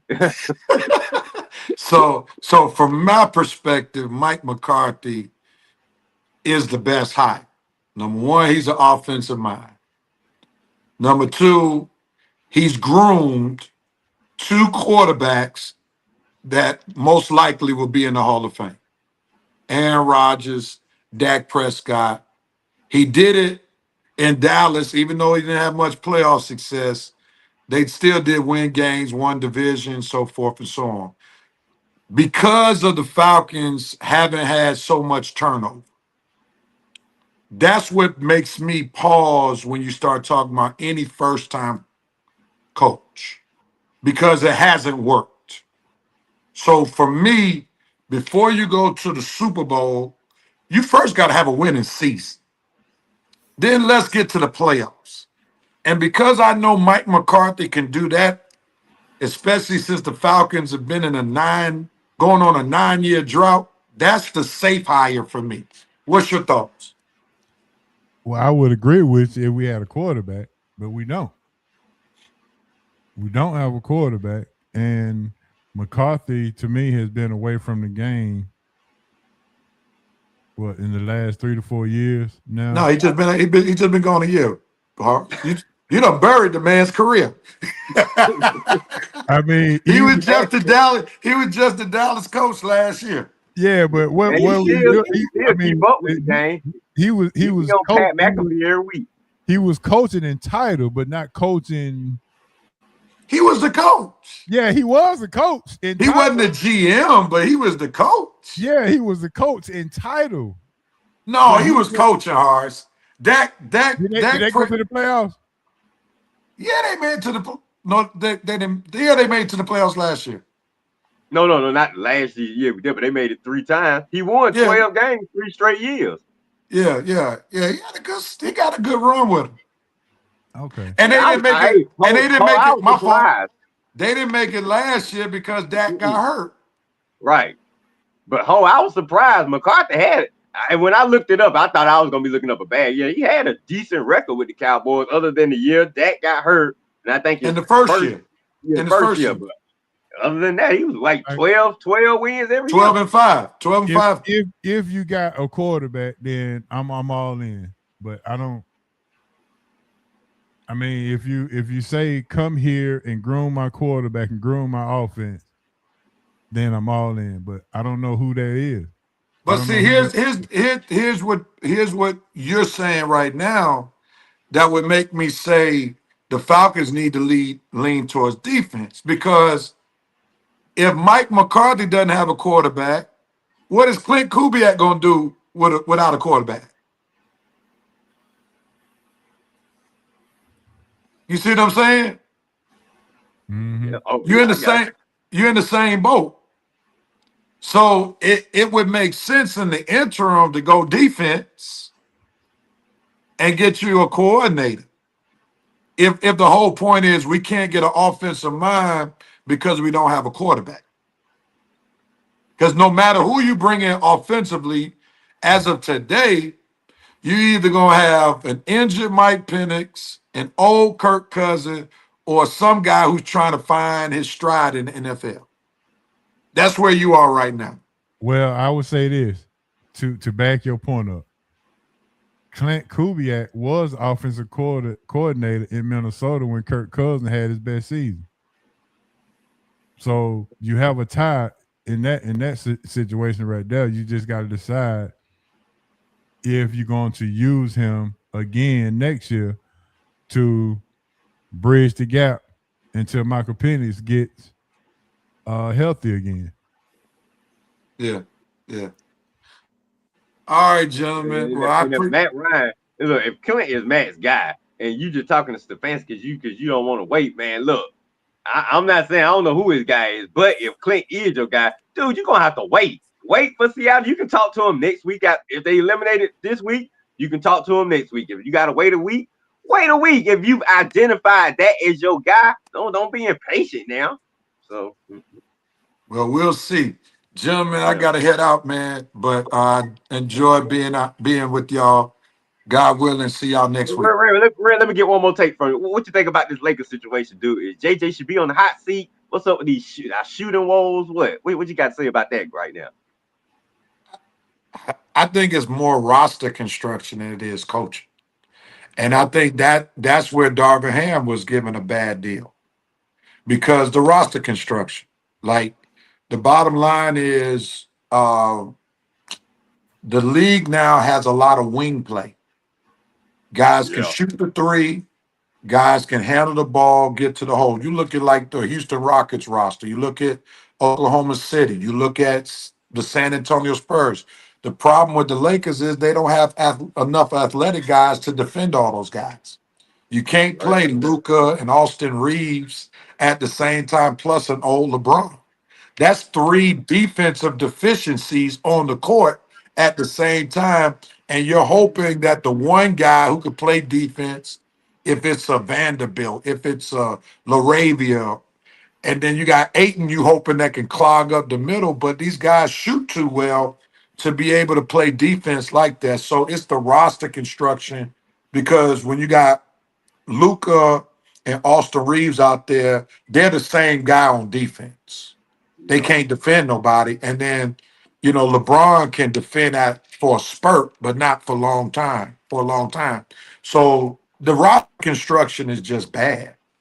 And the Lakers are going to have to make some real tough decisions on, does it make sense to keep an Austin Rivers? Austin Reeves. Yeah. Austin Reeves, yeah. If it doesn't make sense to keep him when you know he's a defensive liability. And then if you look at the bench, the only person that can really play those 3-and-D guys on the wing is Vanderbilt. That's it. Yeah, our bench is trash. We don't have no bench.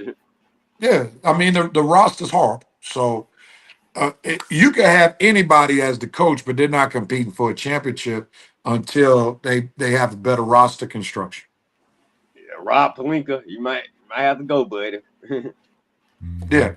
And see, JJ's hands are tied. He says a lot of cryptic stuff, but he knows he can't call out LeBron because LeBron got him the job.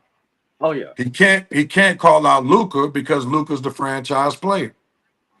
And they're two of the biggest defensive liabilities on the team. So instead I knew Luka was bad defense, but man, you can't have everybody else playing defense too. But when you got people as bad as Luka and sometimes LeBron, that makes the whole rotation bad. Because everybody trying to cover each other and they're trying to catch up, and then you got people like Luka and LeBron that's not always rotate. Yeah. So that gives people open shots. And back on defense either. Yeah, exactly. And then they start complaining to the refs too. And there's not that room for error that they have anymore where they can take off a possession or two complaining, because they're not a team that can get like the Hornets. I mean, the Huh? Hornets was running up Philly last night. You trying to see how LaMelo Ball had 80. That was crazy, man. Crazy. Yeah. Well, the bottom line is they got nobody who could defend LaMelo. No. Any team that got good ball handlers at the perimeter for the perimeter positions, the Lakers in trouble. Yeah. That's the bottom line. All right, gentlemen, y'all have a good rest of the show. Thank y'all for letting me hijack some segments. I appreciate it. Right. Yeah. Well, All right, Real, we'll it's catch up, big dog. it might well be halftime right about now. I'm thinking we're gonna go to halftime. That spirited conversation is all everything. We got a lot of stuff out of the way. We're gonna move it into halftime, and when we come back, we're gonna go through. It's gonna be a rather quick ending to the show. Not a quick ending, but 5 for 5 plus the pick for the football game. So let me crank up halftime just in case y'all didn't know. And then we'll be RIT right back. All right. Wait a minute. RITB. Right back.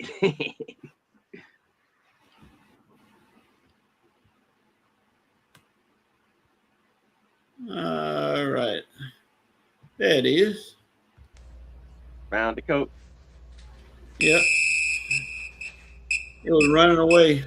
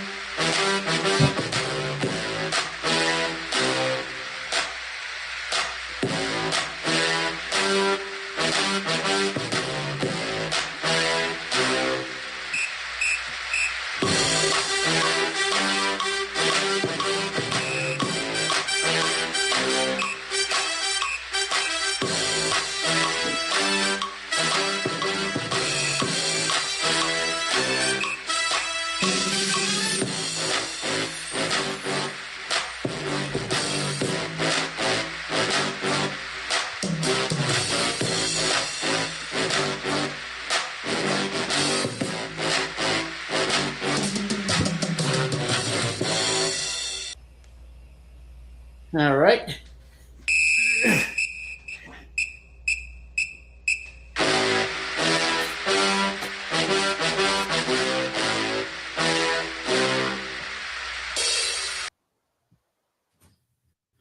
Yep, that's the end of halftime. Let me scroll back up here and click us back on. We should be back. So this there we go. And everybody's gone except for me. I'm back, coach. Yeah. I'm here. I guess I'm here. everybody was. Uh-oh. I'm here, coach. He's I'm here. back. Everybody's I'm here. back. I'm here. I'm here. Ah. All right. Yeah. Ran up to the fridge. Give me a soda. Let's see. All right, ladies and gentlemen, we're back with the show. We're about to come to 5 for 5. I don't know why that keeps popping up. Let me see. Once again, technicals. All righty. There we go. There you go. All right, we're back. 5 for 5, ladies and gentlemen. We got 5 topics. As soon as HO comes back into the building, 5 topics, 5 different discussion. Gonna have a little time on each topic. Some maybe go longer than others, but that's okay. Let's see. Oh, there you go. There you go.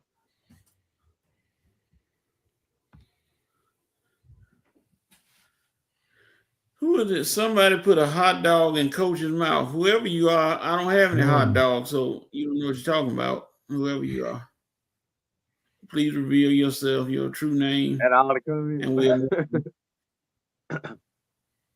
Oh, here goes somebody. Oh, they got some dumb comments. Okay, so we're gonna move past them. Whoever that is.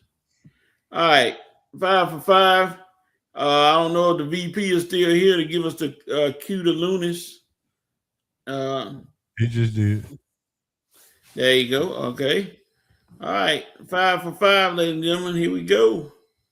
So I can get that music cranked up.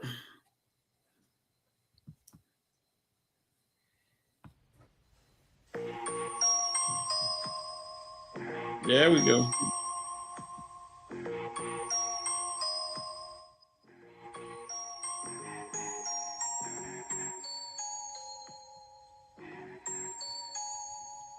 All right, first topic. HO coming at you. Harbaugh chooses Giants. What you think? I thought he would have went to Pittsburgh, but the Giants the Giants gave him. I mean, it's a good fit. I mean, he's a Midwesterner, but he's been up top for quite a long time, so he don't have to move far. Baltimore not far from New York, so he can just go right across the bridge and be all right. So a good fit.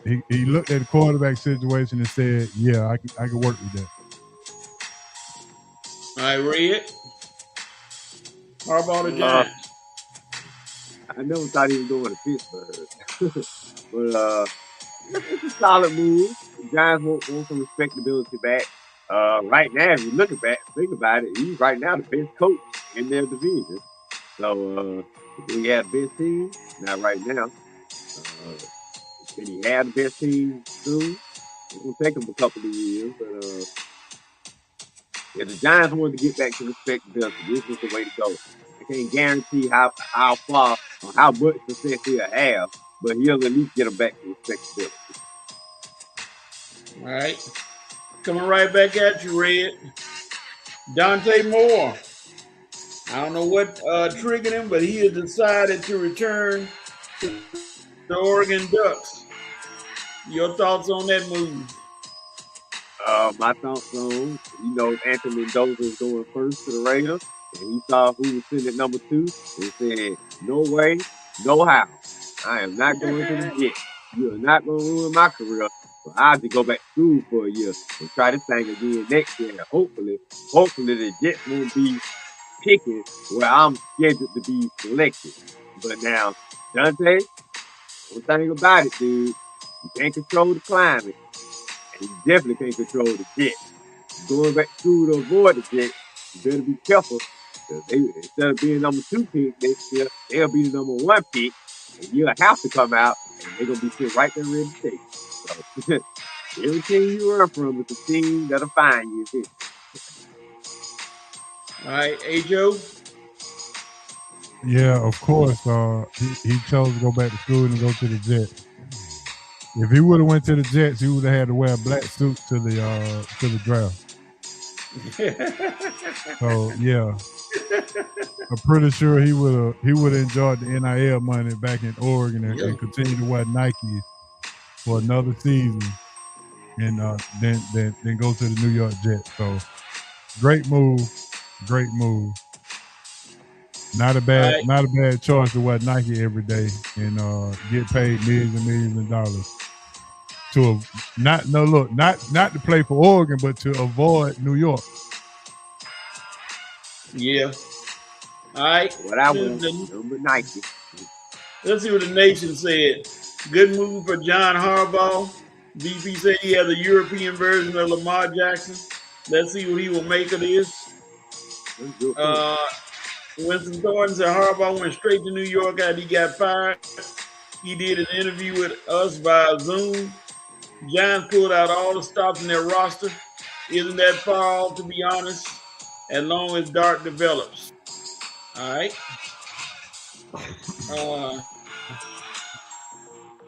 Mazitos, good afternoon, said Gold Sports. All right, we doing sports. The VP said Moore recognized that he would take a pay cut by leaving Oregon at this moment in time. He definitely needs to improve his quarterback play. He needs to have a Heisman-like season in 2026. But we will see what he does. Winston said Moore wasn't trying to go to the Jets, and all our star players that were draft eligible, but still had eligibility, decided to come back for another run at it. Sadiq will be the first tight end off the board. Yeah, I saw that big fella Sadiq. He's pretty solid looking kid. So we will see what happens with him. Hey Joe, will Major League Baseball ever get a salary cap? It's possible, but I think they just need to be a little more strict on the deferred money and raise up the luxury tax to make teams not spend so much. If they spend, they need to put a salary cap on the luxury tax. If you spend over a certain amount of money, then you can't defer the money. You have to pay up front and make sure that you pay your luxury tax up front as well. So they need to just tweak that piece a little bit. I'm not sure a salary cap will help because baseball is the only sport that hasn't had a salary cap. So I'm not sure if that's going to be their way because they haven't experienced one with one. So keep it like it is. Just tighten up the loopholes a little bit. Red? Yeah, I'm with HO on this one right here because they already tried this before. We don't miss the World Series because they don't try this before. The players and the union are not going to agree to a salary cap, so the owners might well not even try. Don't waste months and months and months of saying we want a salary cap and then go through months and months and months of rejection saying no, we don't want one. Like HO say, just tweak some of the luxury tax penalties and whatnot, make it to where teams have to really think about the money they spending, something on that level, but sit here wait on the salary cap. We already know how the players and the players union feel about that, so I say, it'll probably be a good idea because Dodgers is going crazy, but I don't think so. And as far as the Braves go, what the Dodgers doing ain't affecting you at all. You can spend some money, you can't do it cheap. So I would want the Braves to be sold. That's what I want. I want them to be sold to one of these rich owners we got here in Atlanta. And that'll help my team out.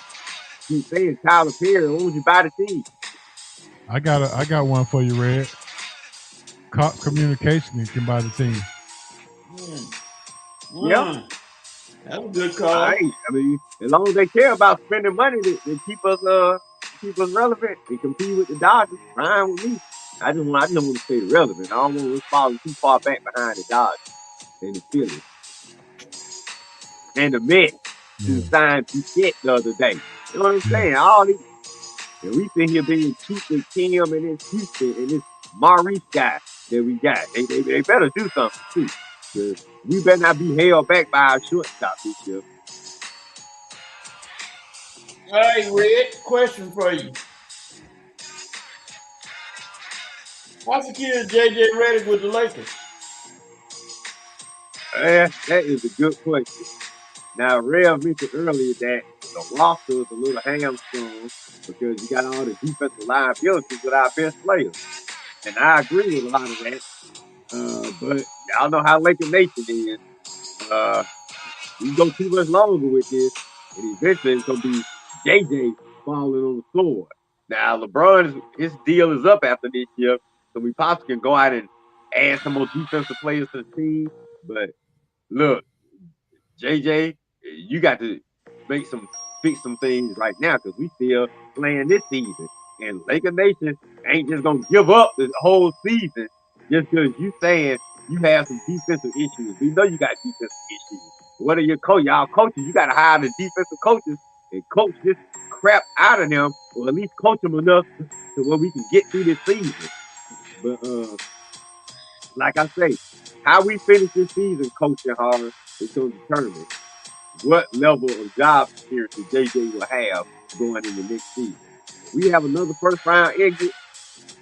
I don't care what the excuses are about LeBron being old, Luka don't play D. JJ, your seat is gonna be hot like fire going into next season. If we have another first round exit, you know it and I know it.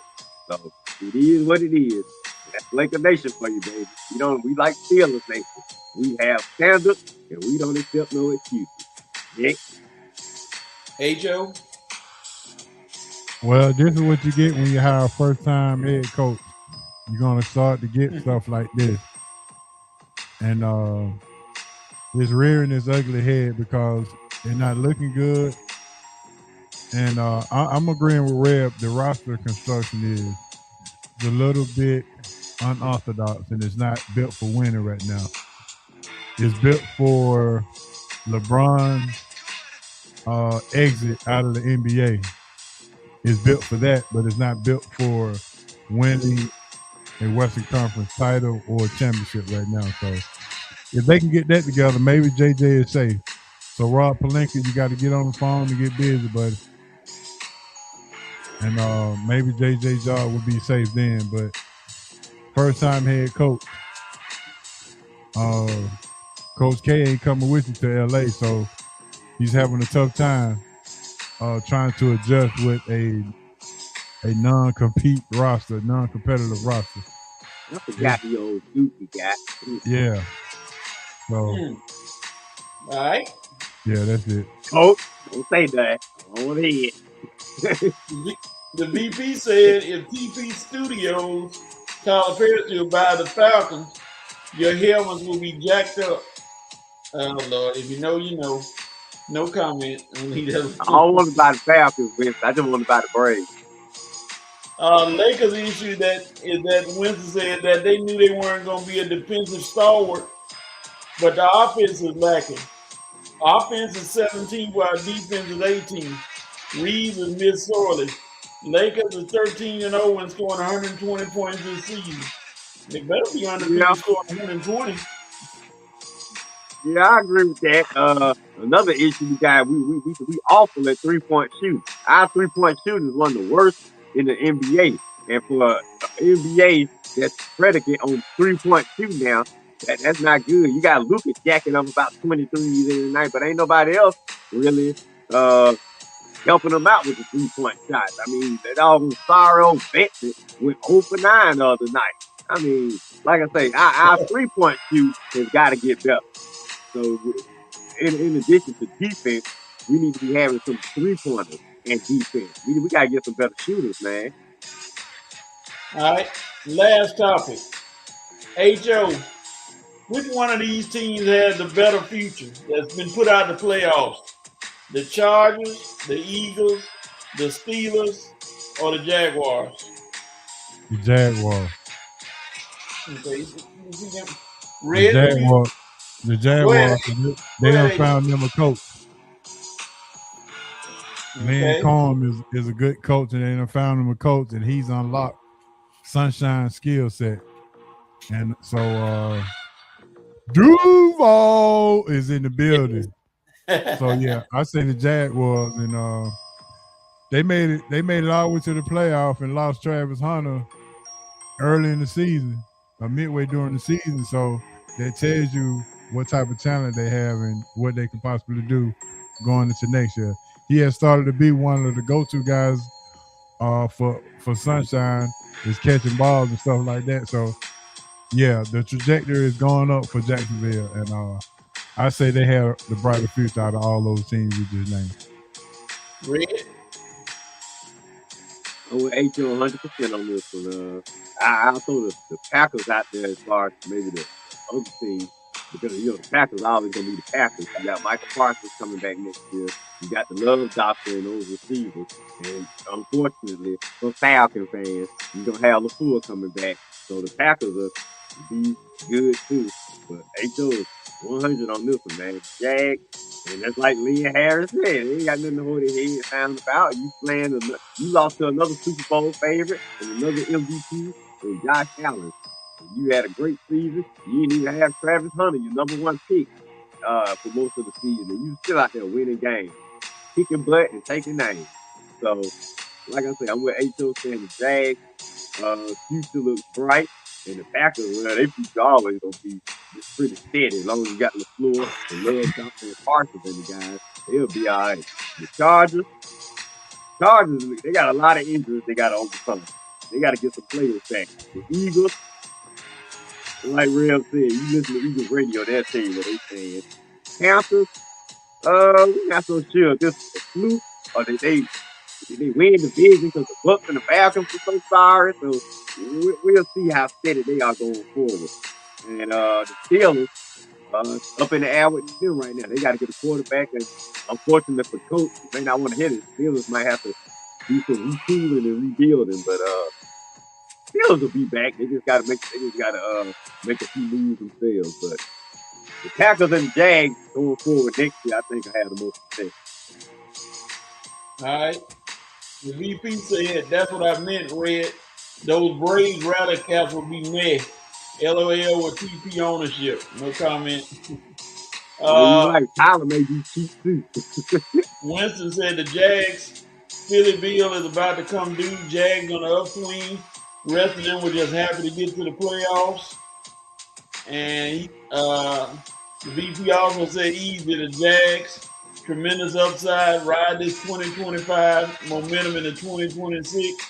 Auntie Lynn Harris has his back. And the VP said the Eagles will be fine, but their Achilles heel is Brown and the OC.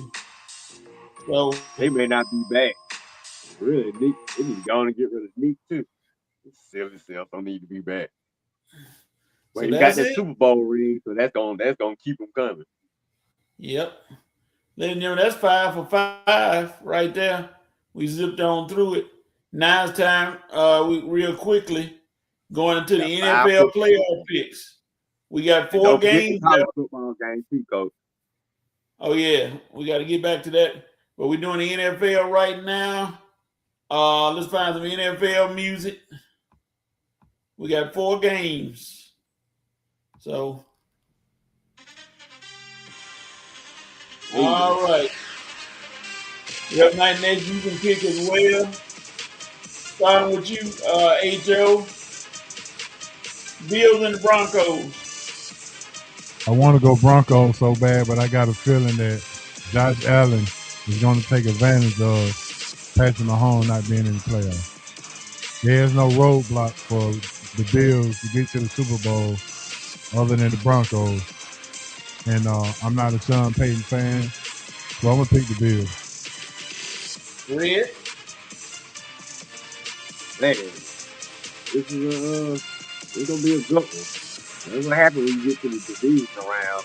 All of them good matchups.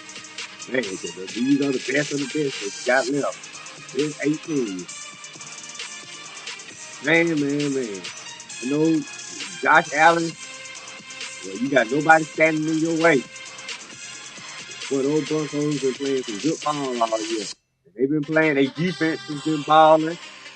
And with your boy, Bo Nix, he always makes one play he needs to get over the hump. But the Bills defense is balling too. And that Josh Allen, man, boy, you just can't keep him down. Broncos got 5 comeback wins this year. Guess who else got 5 comeback wins this year? Your boy, Josh Allen. So just when you think they out, y'all pull them right back in. I think H.O., I'm riding with you on this one, big dog. I mean, because the Bills can be down in the game, and you think the game on when you blink your eye, they right back in. If the Broncos go down in the game, I think if the Bills get up on the Broncos, I don't think the Broncos Bills come back like the Bills can. I think Bo Nix go out there and start pressing and make some mistakes, and the Bills will take advantage of that. But if the Bills are down, they still can be in the game anyway. So the Bills have an advantage both ways, whether they down or lead. And that's why I'm riding with you, H.O., and I'm taking the Bills. Because Josh Allen, Yeah. man, got to be now or never, baby. Finally got it what you want. No Mahomes, no Lamar.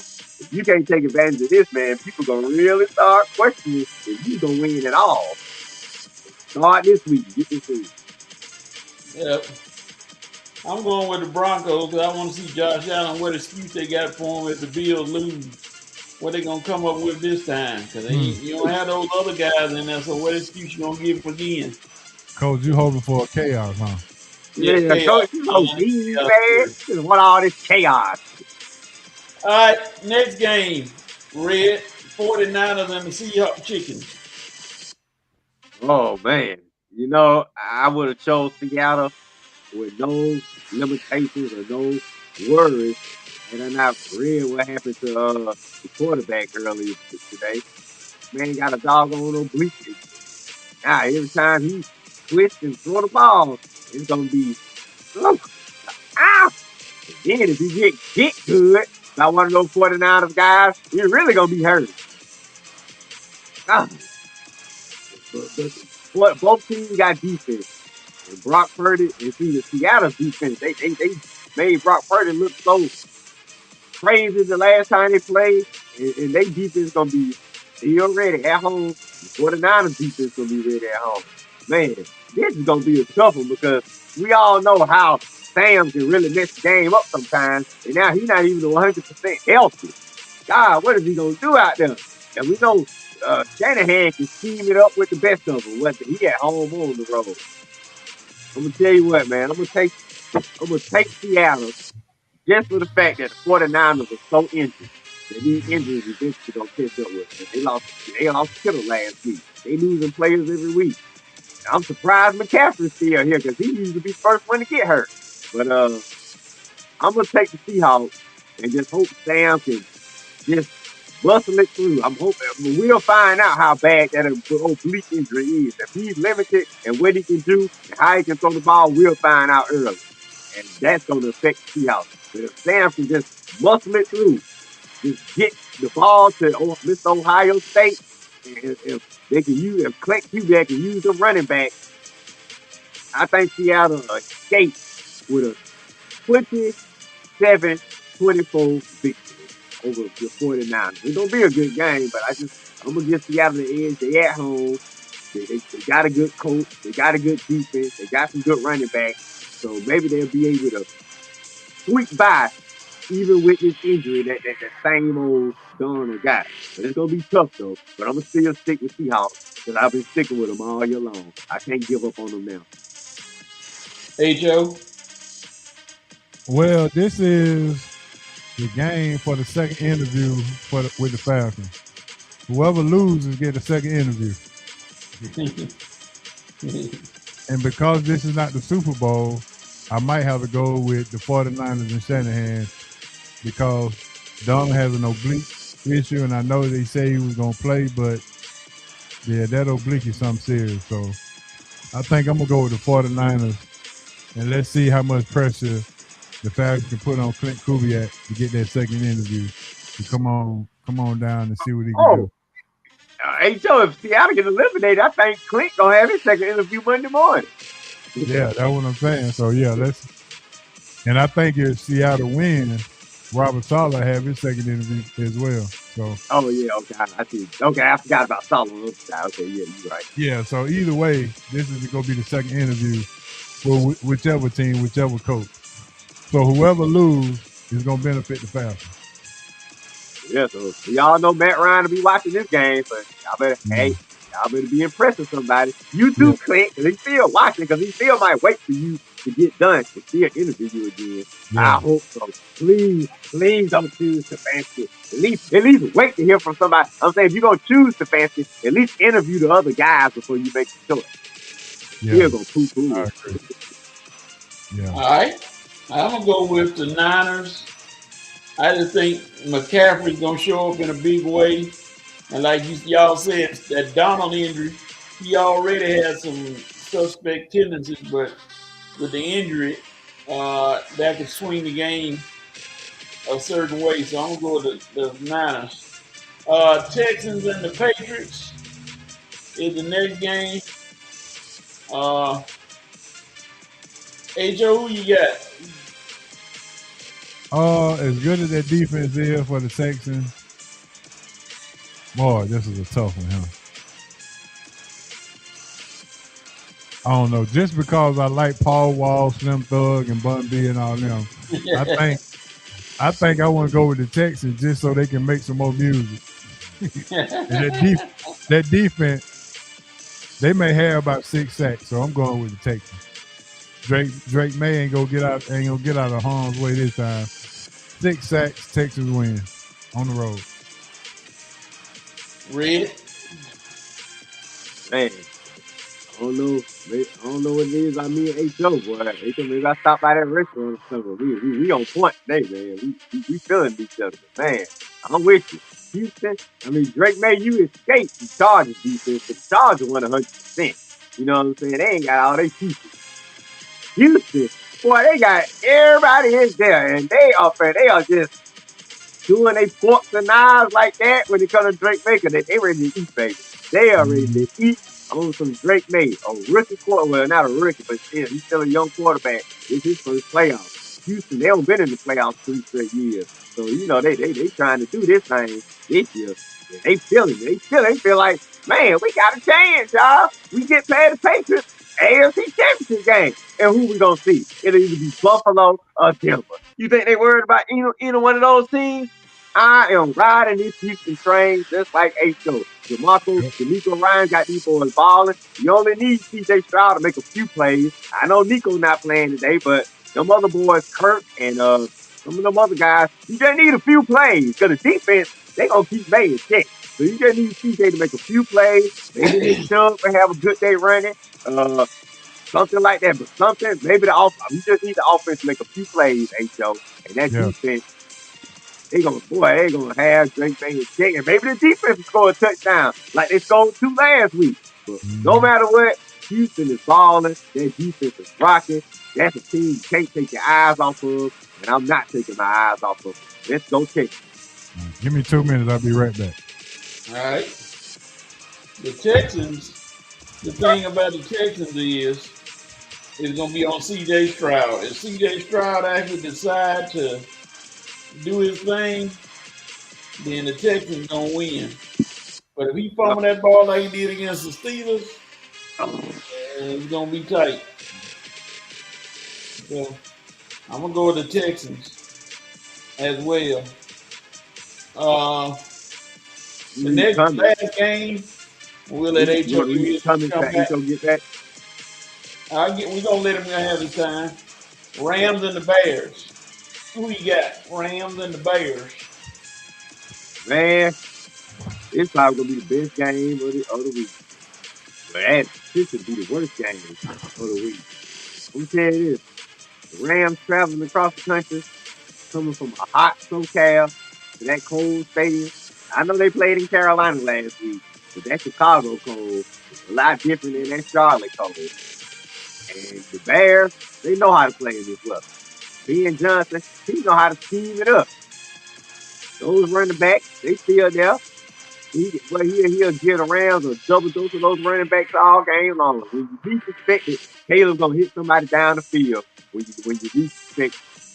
I just don't count the Bears out. The Bears been cardiac Cubs all year long. You think they out of a game? No, they just begin. Just when you think you got them, that's when they get pulled right back in. Oh, Lord, I keep saying that one. I don't know why I'm on this Godfather 3 tagline. But anyway, the Bears is just that team, man. And then they at home, too. If this was in L.A., I probably would choose the Rams. But now the Rams got to go to Chicago. I'm giving that edge to the Bears all day long. Let's go Chicago. Let's go Caleb. Y'all are finally prove to the world that y'all belong. Hey, Joe, you got? Yeah, that Chicago cold, different kind of cold. I went up there one year and it was 2 degrees. Every house I went to, they was like, "Can I get your jacket? Can I get your coat for you?" No, ma'am, I'm good. I ain't taking my coat off.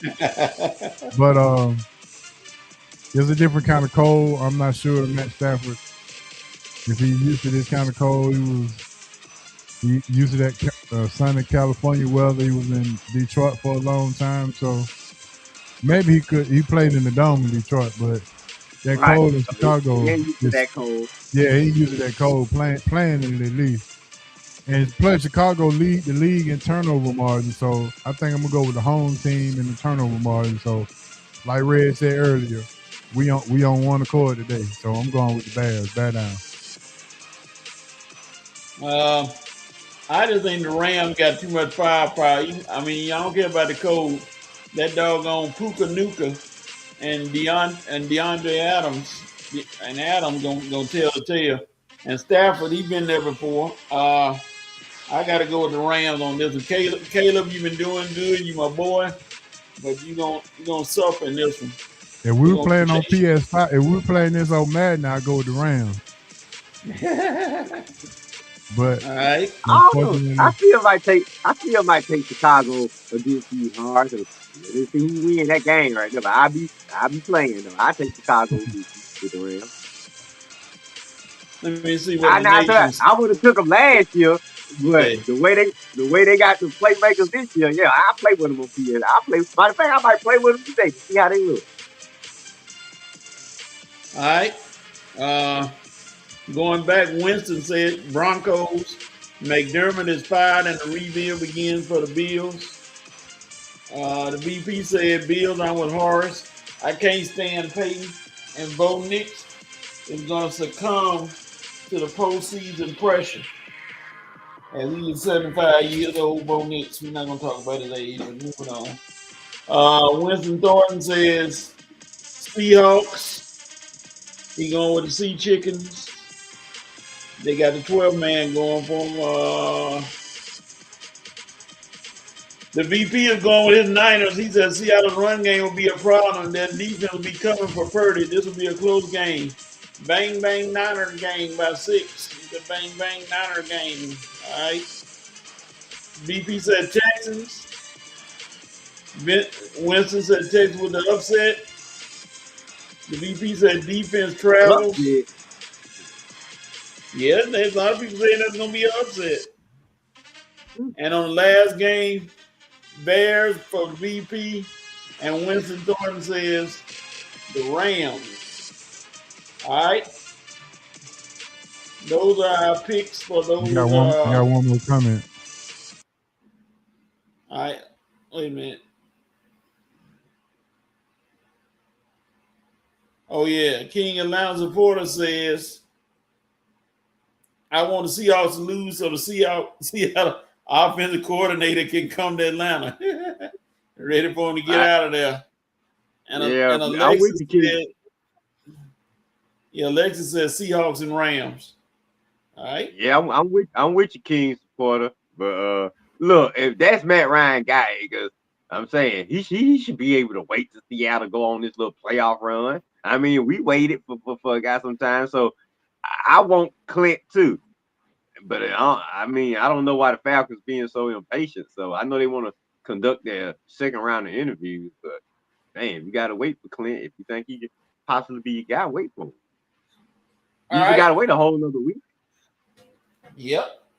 Well, last topic of discussion is the college football national championship on like they say on one of them shows on Martin Luther King Day. Miami Hurricanes, the like somebody said, against the Indiana Hoosiers. Ho, tell me who you pick and why.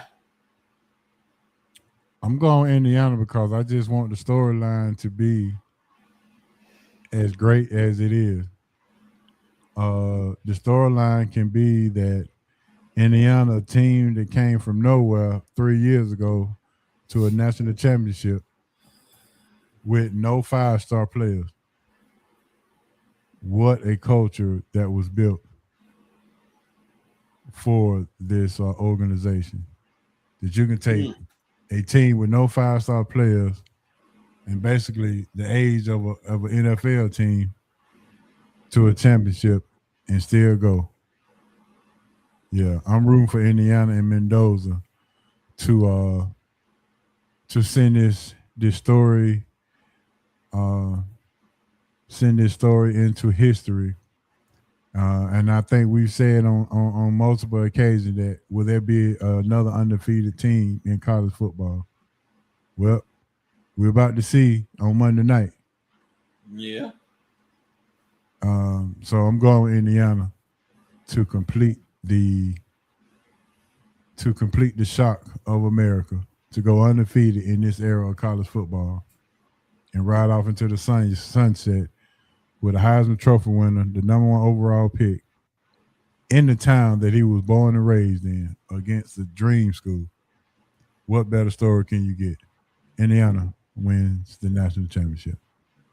I read. And they cover the spread. Oh, okay. Fruit cups. Who you got, Red? Oh, okay. So me, hey Joe, we've been saying all day, man. Who you pick? Indiana. Yep. Yeah, well, Indiana. You know I ain't riding with no Carson Beck and them clowns from the U and coked up Michael Irvin and forget them clowns. Don't you want to ride with Indiana? But hey, I ain't got no choice. I hate that they gonna match my UGA's undefeated season. I was looking out, I said, can we have an undefeated season? We won our championship. And yeah, we did. 2022, 15-0. And here come Indiana, ready to hate.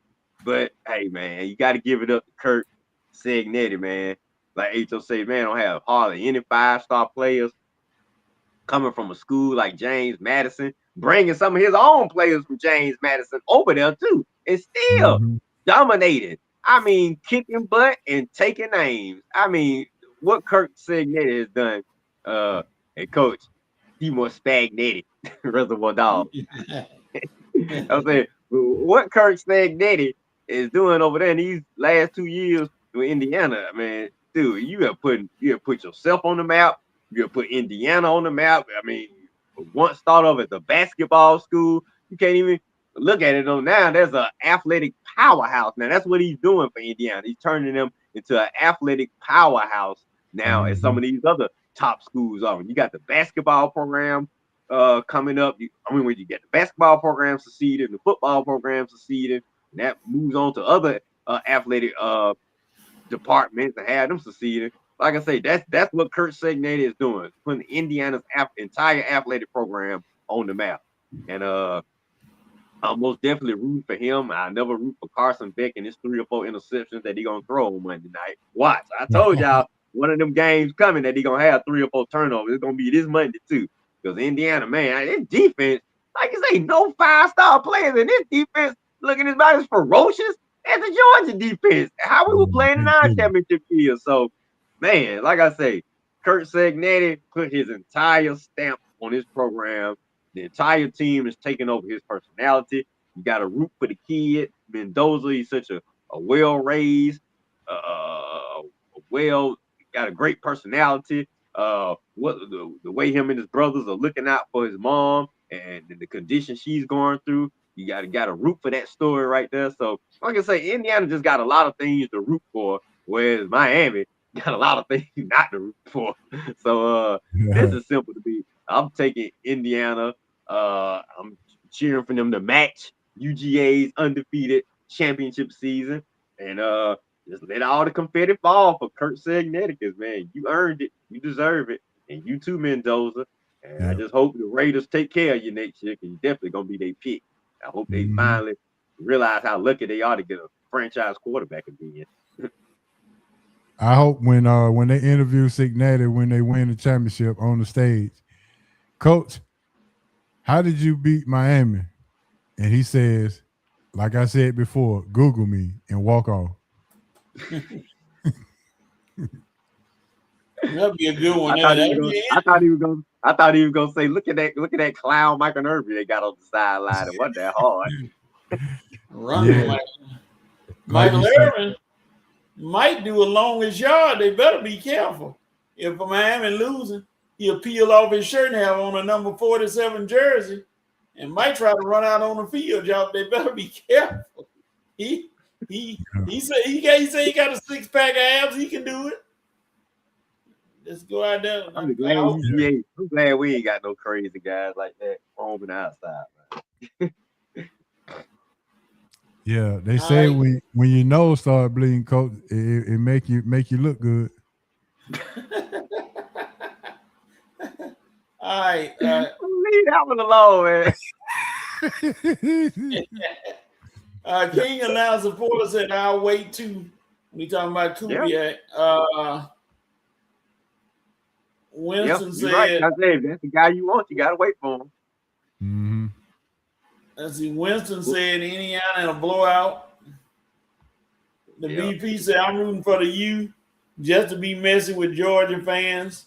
Miami will be the underdog for once in a Natty game. I think they will use that as the ultimate motivation to bring a chip back to South Florida. Alexis said Indiana in a close one.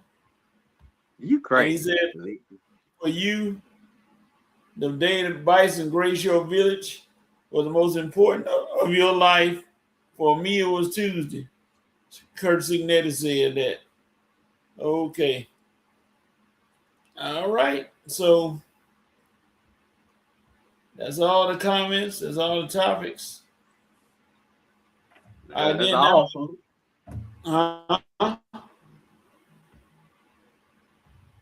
Now we're going to do you had a right, because somebody had the right to do something in the sports world. We don't know what it is. But y'all going to tell us as soon as I can pull up the banner.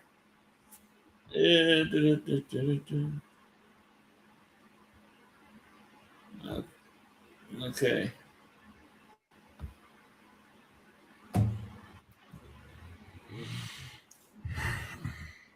All right, Red, who has the right to do what and why do they have the right to do it? Finally, I got a good one. I got to start focusing on my you had the rights like I do with Dope and Coast. But finally, I got a good one today. UGA basketball, you got a right to, number one, beat Arkansas today, and number two, keep getting wins in the SEC. That is the only way we're gonna get to this tournament. Now you 2-2 so far. You can be 3-2 with a win versus Arkansas today. Like I say, but I like how we playing. We still number 21 rank in the nation, and like I say, you got a right to keep balling so I can have my basketball version of my team in the tournament. I mean, I had my football version in the tournament, but they was out in the first round. So UGA, it's up to you now. UGA basketball, I'm talking about. You got to do it for me this year. And I expect you at least do something. Number one, don't miss the tournament. And number two, at least try to go to the Sweet 16. But for the most part, you had the right to continue winning games in the SEC so you can be positioned to do exactly what I asked. Look good so far. I'm pulling for you, UGA. Let's go Bulldogs. I'm glad UGA basketball is finally back in the mix, HO. Finally, after all this time.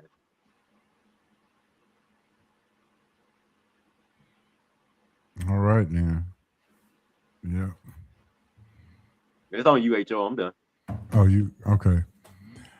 Atlanta Hawks, Atlanta Braves, you have the right to call Cox Communication to finally get your games on cable instead of dealing with FanDuel, who's currently in bankruptcy right now, or at least coming out of bankruptcy. You can't even stream that game. I be getting the app. You can't even stream the whole game. Yeah, so Atlanta, listen, you got a $26 billion cable company sitting right here in your town. How can you not call these folks and say, listen, let's work out a deal so we can so the fans can see our product on the field. Atlanta Braves, now we got to subscribe to the MLB just to watch the game. Unless you want to contact me, and I got a streaming service for you that can get you all the baseball games. But for right now, for all the local fans, just call Cox Communications and Cox Cable, and let's get this thing started. So, Braves and Hawks, you have the right to call Cox Communications. If you want me to send an email out to do that, then I'll do it, and let's all have a meeting and we'll They better do donate something, 'cause they 10%. know We'll how brave donate these fans are. 10%. Yeah, we'll donate 10% of the proceeds to SRT and the Rev Show. That's right, baby. Peachtree TV is wide open. I don't know why they won't use it. Wide open. Yeah. I don't know what I tell Brave to be cheap, man. I don't understand this cheapness. You got money. What the world you want? You want us all coming down to the down there to the Truist Park, folks, to the bank, and then you ain't even spending the money that you getting from all the proceeds you make. You think we don't know that y'all making money off us filling up that stadium, Brave? Don't think we don't know that. So you got money to do some of this stuff, just being cheap. You know what I'm saying? It's on you now. If the fans turn on you, it's gonna be on you. Cox Communication is worth $26 billion. How in the world? I mean, that's what I'm saying. You're supposed to be in the business of broadcasting stuff. That'd be the main two guys I'd be calling. Brave, Hawk, what, you want to work out a deal? Come on, we broadcast. Yeah. Just tell me something. Just give me a number. God, who running these doggone companies? Well, they just go to the company, they go to the building every day and just sit down and order takeout and don't do nothing? Because this is something they need to be working on right here. And if you work out a deal with the Cox Communication, you can develop an app for the particular team so we can stream the game. And you know we everybody would get the app. You have it local wise, everybody had the app. Yeah, you can download the app on the Fire Stick or your phone, and then all of the Hawks and the Braves game you can watch. And see, HO, I got to pay for MLB almost $20-$30 a month now. Well, holler at me after the show, and I got a streaming service for you. Okay. Yeah. And the Hawks, and I got NBA TV in the Hawks game. You can't even watch them the same day. You got to wait 3 days after the Hawks game to watch them on NBA TV. Lord, luckily I can watch my Lakers game same night. Yeah, I got Best TV and all the games and everything, so we good to go. But I got to do a hard out right now. So, Coach, you want to go ahead and finish it up? Because I got to get Duke to this grooming appointment. Yeah, let me go and get it out of here. The VP say SAS, you had a right to continue to have your cookout invite revoked along with Jason Fatlock. Now, I got to hear what he was saying. Fatlock going to find his way to the cookout now. I don't care what y'all say. You can try to stop him if you want to.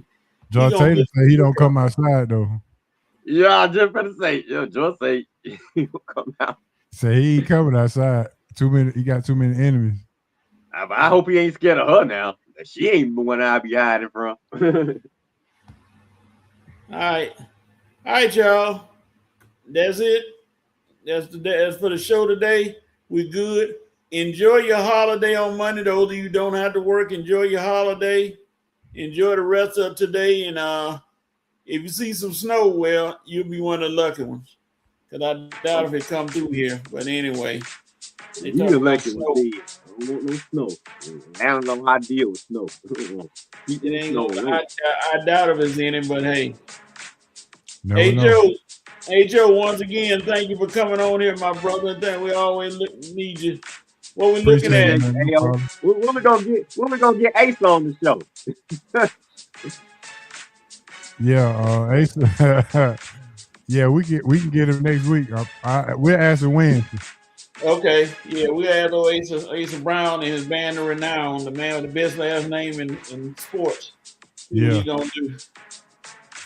All right, y'all. We'll see y'all next week, same time, 10:30. Yes, sir. Appreciate it, man. I'm out of here, man. I got to go get Duke cleaned up. All right, Joe. I'll see you on Facebook, man. For sure. All right, later.